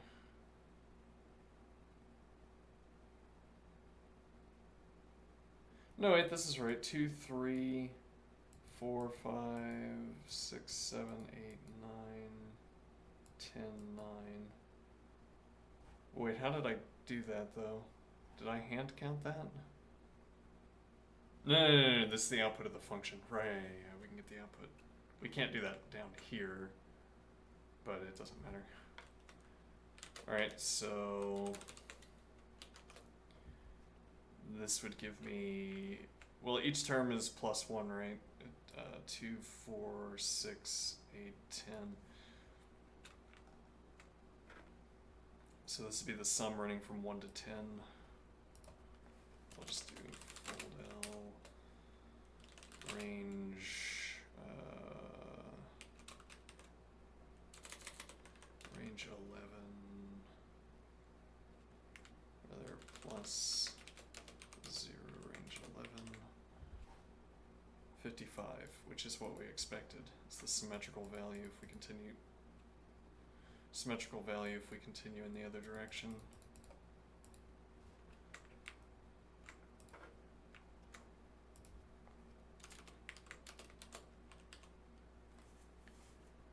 Alright, now what?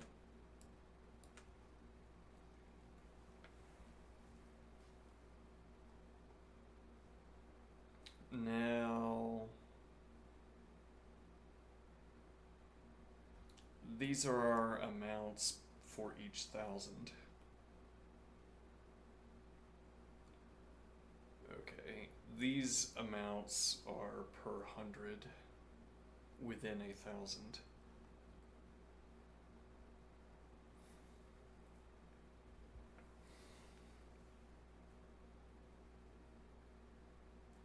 Now the question is, what primitive data object, what structure do we want?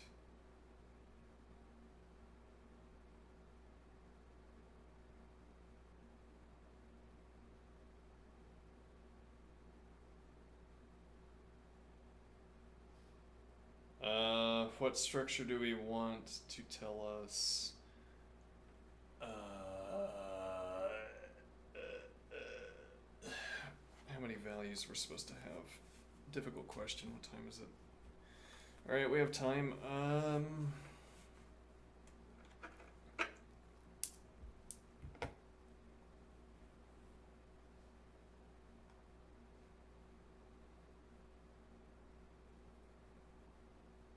So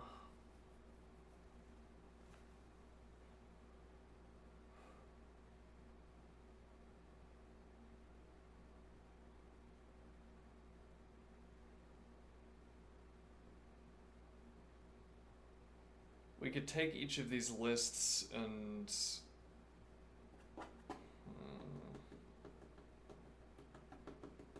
have a partial sum.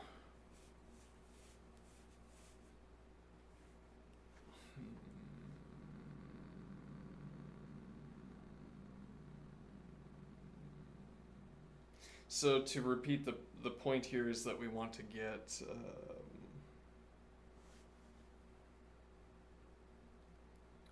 get close to the value, and then have, well, I guess we'd have this function handle the last leg. Actually, it's not even clear that we need to have the function handle the last leg.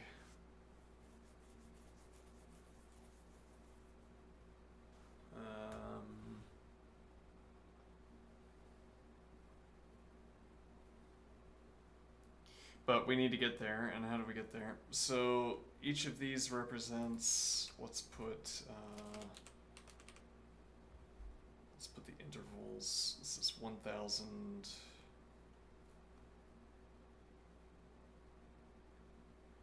to 2,000. All right.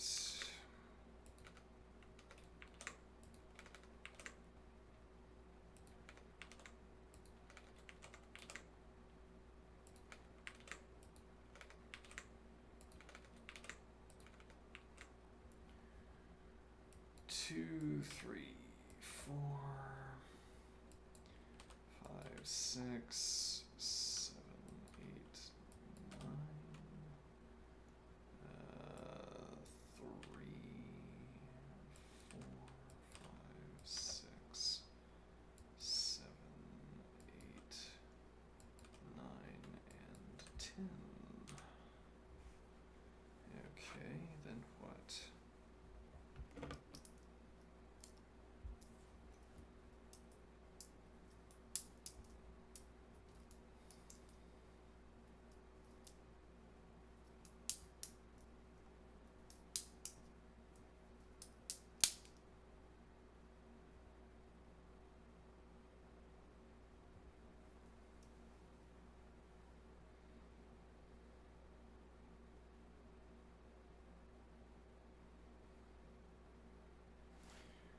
And then we could put colon, colon.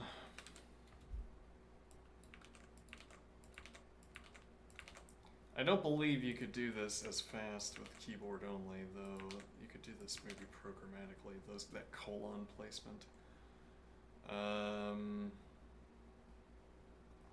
Alright, and now the values here are 63, 69, 73, 75, 75, 69, 63. I messed up. Yep, 73, 69, 63, and 55. Plus 6, plus 4, plus 2. Interesting, yes. Okay, now, what is the point?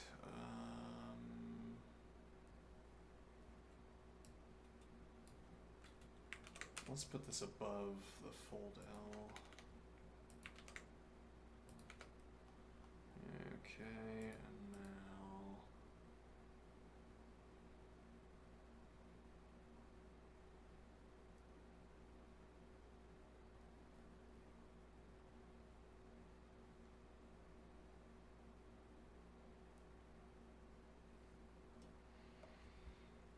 so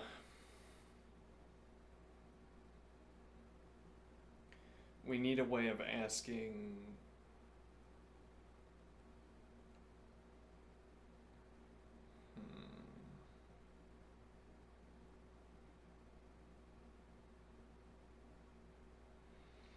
we need a way of programming running this function, supposing we want to run the function, running the function on, well, no, but we don't want to run the, I mean, the only case where we want to run the function is intra-100. What do I mean? As noted over here,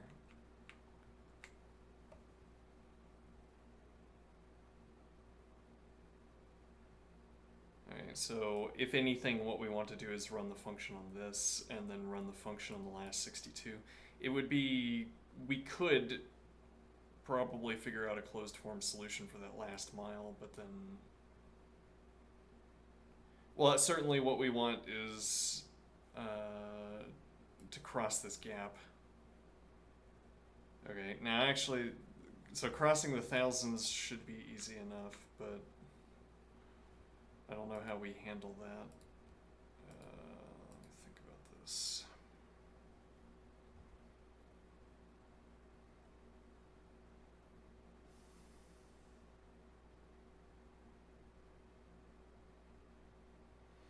So I mean, we could have a hash table that has, we could have a thousands hash table and a hundreds hash table.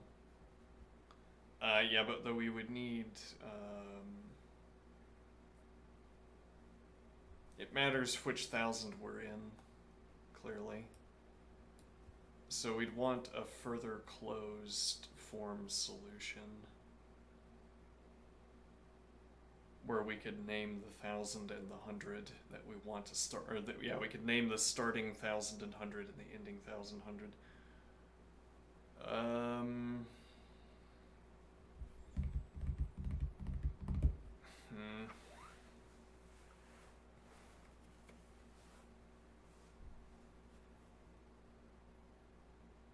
Well, I mean, the closed form solution could literally take the sequence of values as a list and say that if you're starting at 1000, then you start summing at the beginning of the list. Though you can never be starting at 1000. Because at minimum the value would be in the thousands, and then you'd start your summation at the 2000s. Right, so we would divide the, like you could divide the low by, you could divide the low by 1000, floor it, no, ceiling it, yeah. Well, you could, yeah, you divide the low by 1000 and ceiling it, and that gives you the cheap 1000 answer. So over here,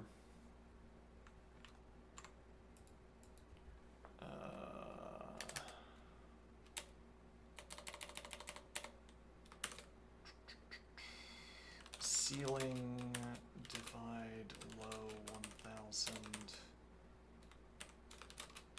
2000.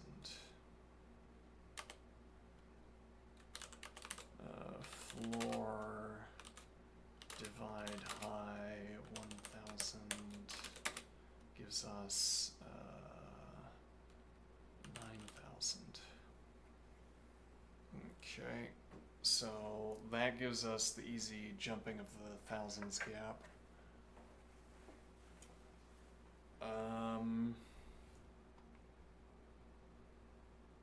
And then we could reuse that value.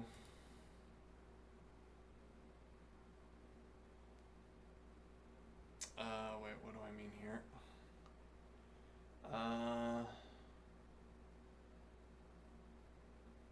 So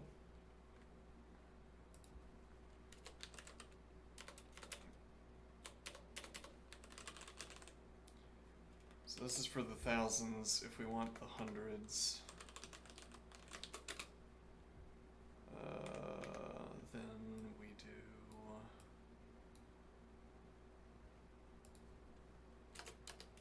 minus 2000, 1000 is the starting for the hundreds.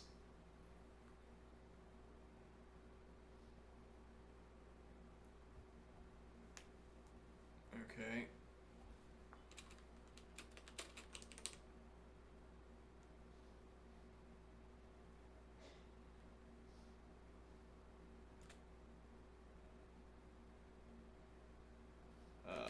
To floor of divide low 100. Okay.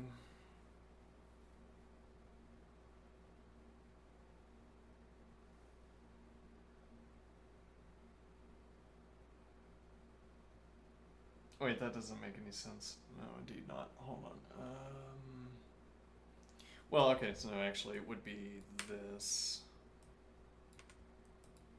to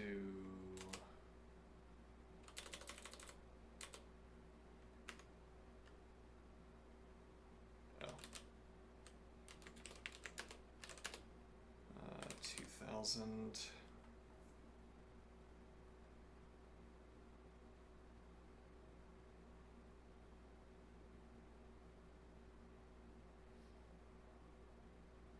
but no, then it would be it'd be ceiling.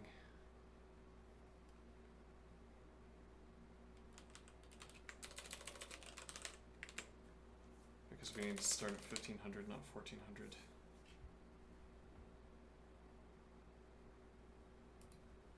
And then tens 1500 to no, rather 1421 to 1500.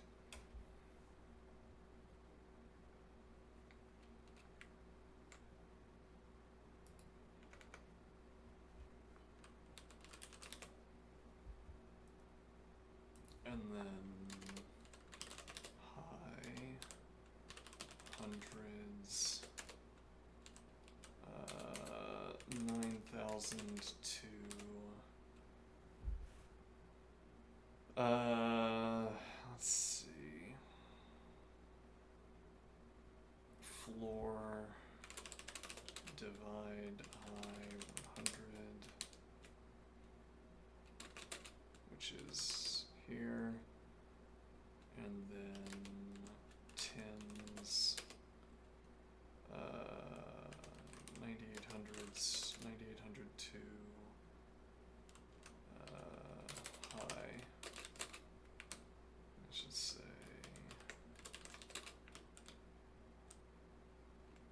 high to it's 9862. All right.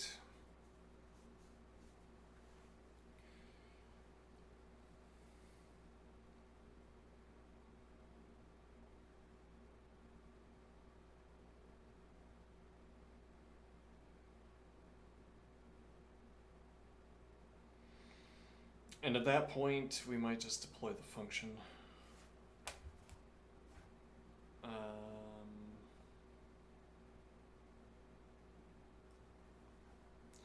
Alright, let's copy this over and comment it out as a sample of the reasoning.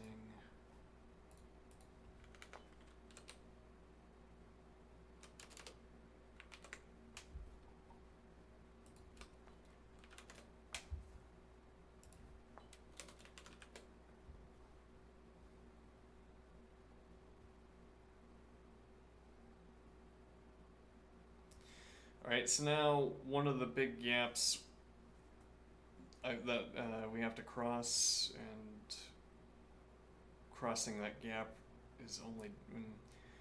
there's a gap we have to cross, and we can only cross it through practice, and that gap is being able to construct examples like this, and then being able to extract from those examples what our code should look like, or what our code should do. Here is where I would rather take a breather and talk. Yeah, well, we probably can't finish this before lunch, so I'm probably going to have to dig into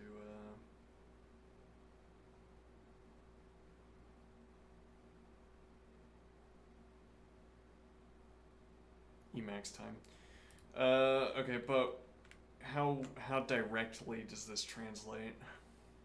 Well, so again, it's like lack of familiarity with structure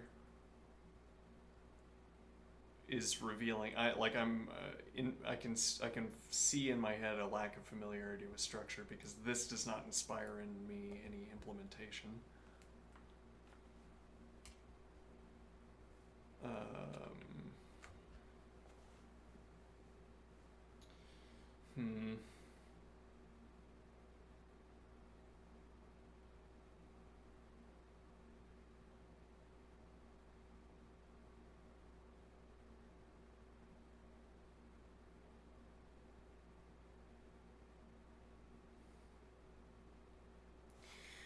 Well, so there's a point here.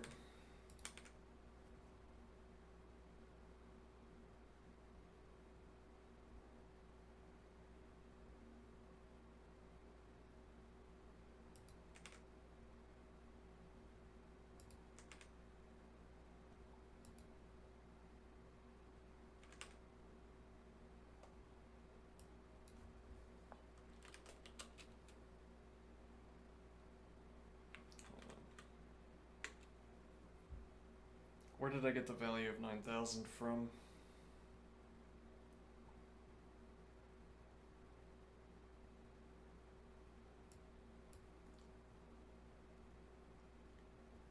Yeah.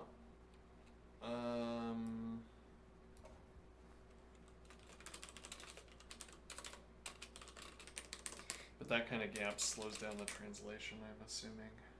I'm gonna say. Okay. Similarly, this gap, where did we get this value? Ceiling slash low 100. Now, in an actual implementation, we'd have let definitions, and so I could look back and find the let definition where I stipulated this. It wouldn't be as confusing. But this tells me I need a let definition. I have multiple values, multiple uses of the same value. It's not so much that I need to save the arithmetic as the fact that Well, actually, if I had defined these in let definitions for the example, the example would be clearer. Where did we get 9,800?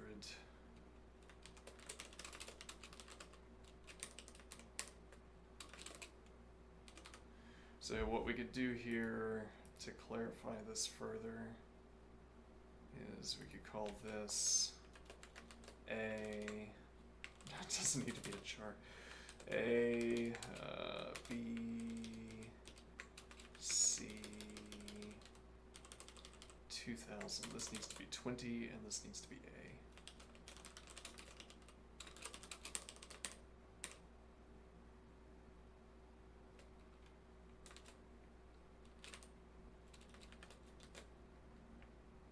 Okay, now this needs to be C.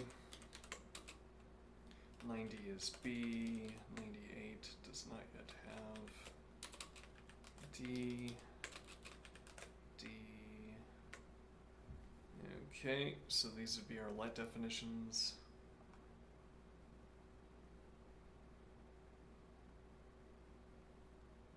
And now the point would be that,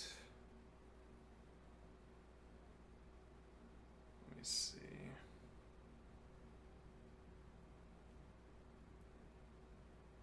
So here we would make a range.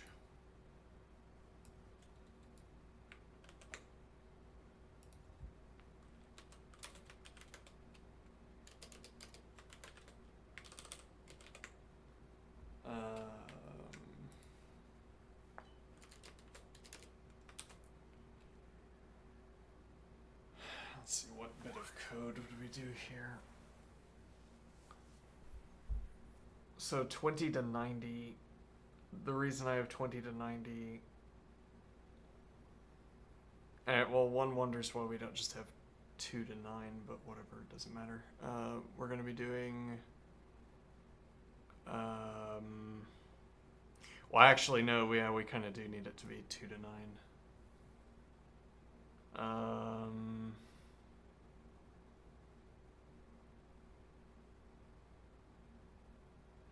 Well, actually, if it's any consolation, this would be 2, wouldn't it? Yes, okay.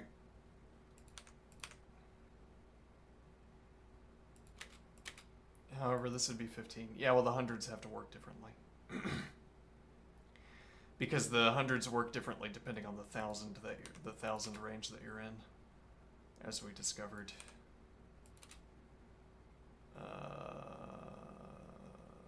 Yes, well, actually, then this would also be, this would stay as 90. Because we're not doing 9100, for instance. Okay, not 9100 to 9800, just 9000. Okay, so we would be doing fold left.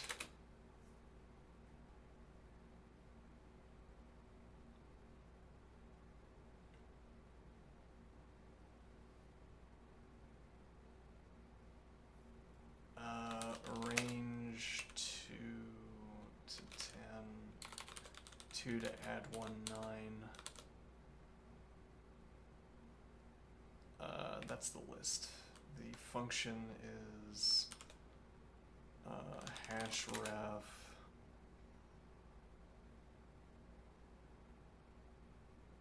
Actually, I wonder, could we do this with vectors instead?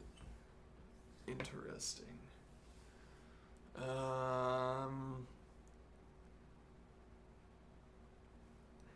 Interesting. Okay. Oh,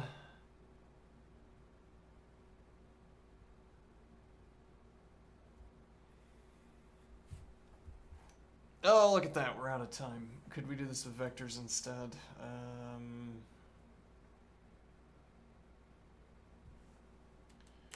Let's say plus and 0 instead of hash tables.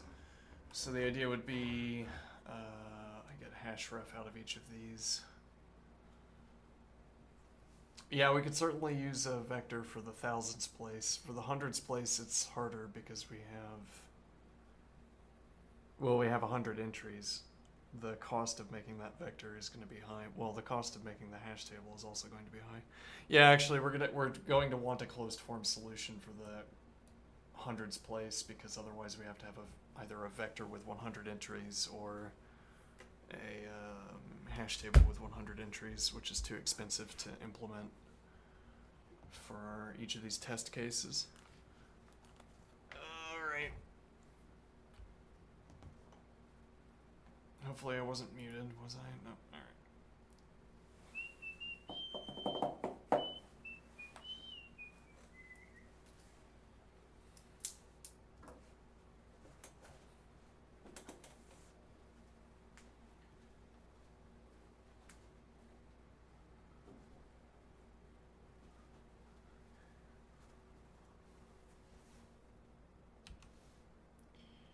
Alright, apparently, no, that's fine. Alright.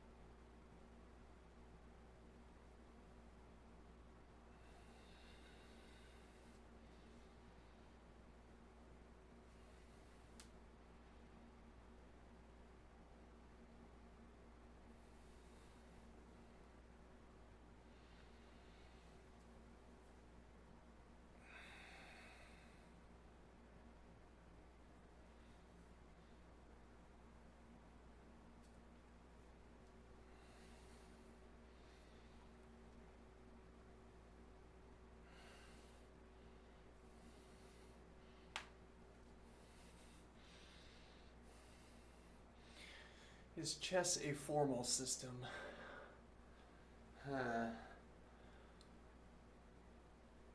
It's easier to claim that chess is a formal system if you allow that the engine is a calculator, or that the engine is a function.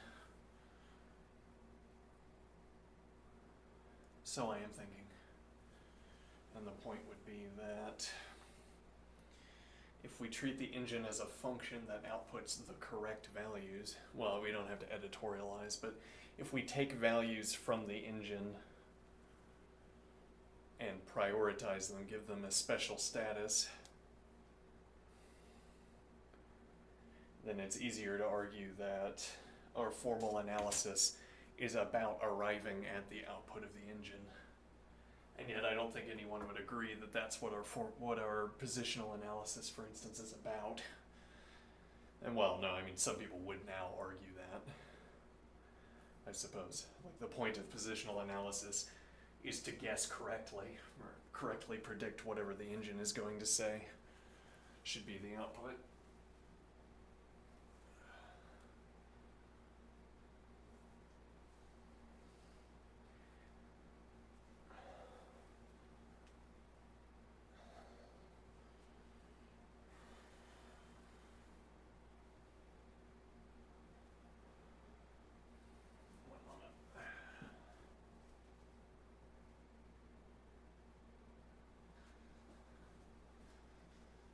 The engine tells us that is correct, and that makes it easier to think about this as a formal system because there's a correct answer. Like saying, well, if we were trying to figure out the characteristics of like we could say the position is a mathematical object. Actually, Wittgenstein has some interesting points about this that I should maybe reflect on.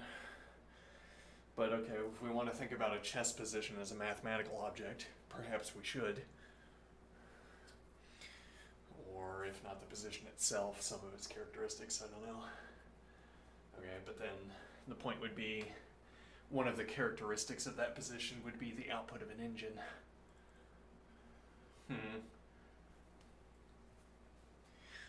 Well, then would we think about chess as more like a physics?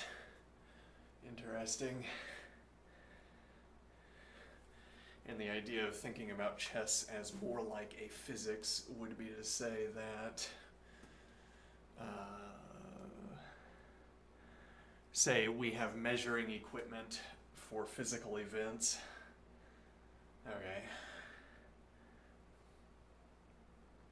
When we're trying to come up with a model for a physical system, we don't think that the readings of our instruments are the physical system.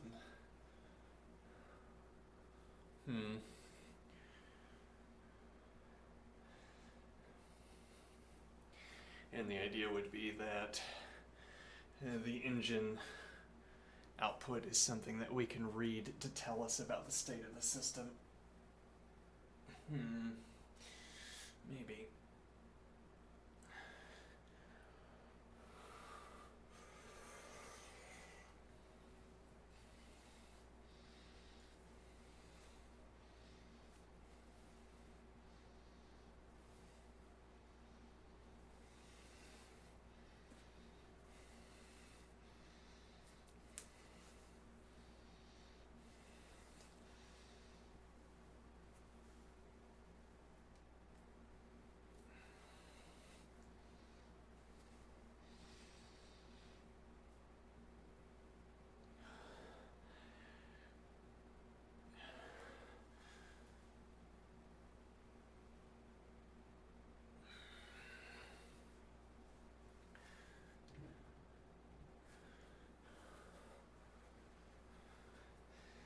Are we gonna follow through and read Dvoretsky's endgame manual?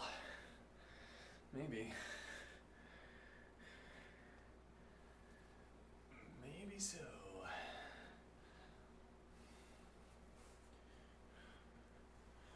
I recall when I was actively writing, chess provided many fruitful examples.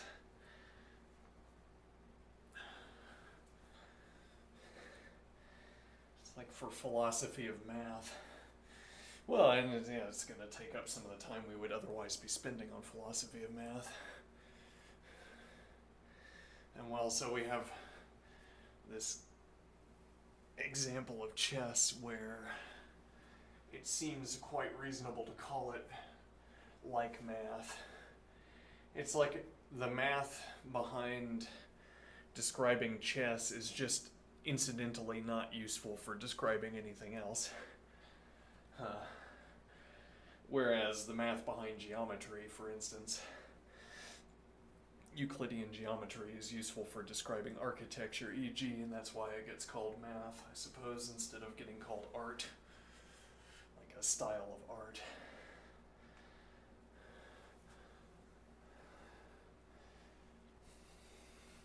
Though we have plenty of activities we call math that don't have any obvious use cases. Well, maybe we should call those art. We call it math because it's difficult to do, I suppose.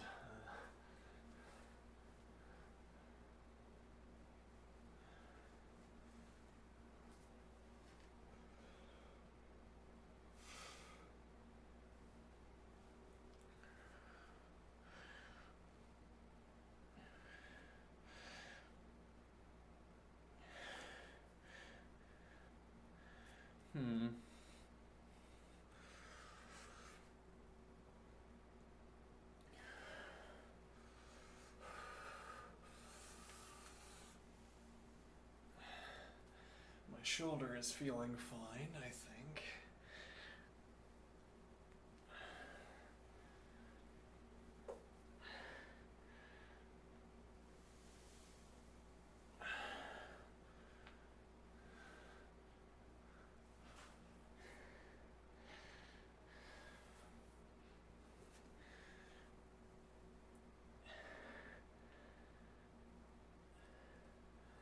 Maybe we don't call chess analysis math analysis because it doesn't mechanically necessitate a selection of a move. Though engine analysis does necessitate the selection of the top move if I, implement a program that selects the top engine output.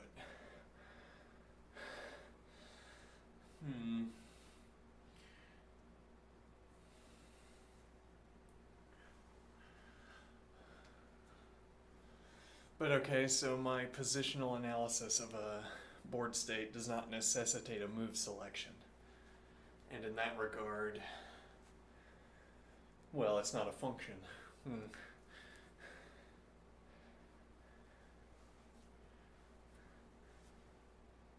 Yeah, but what would it even mean to necessitate a move selection? I mean, I do end up selecting a move.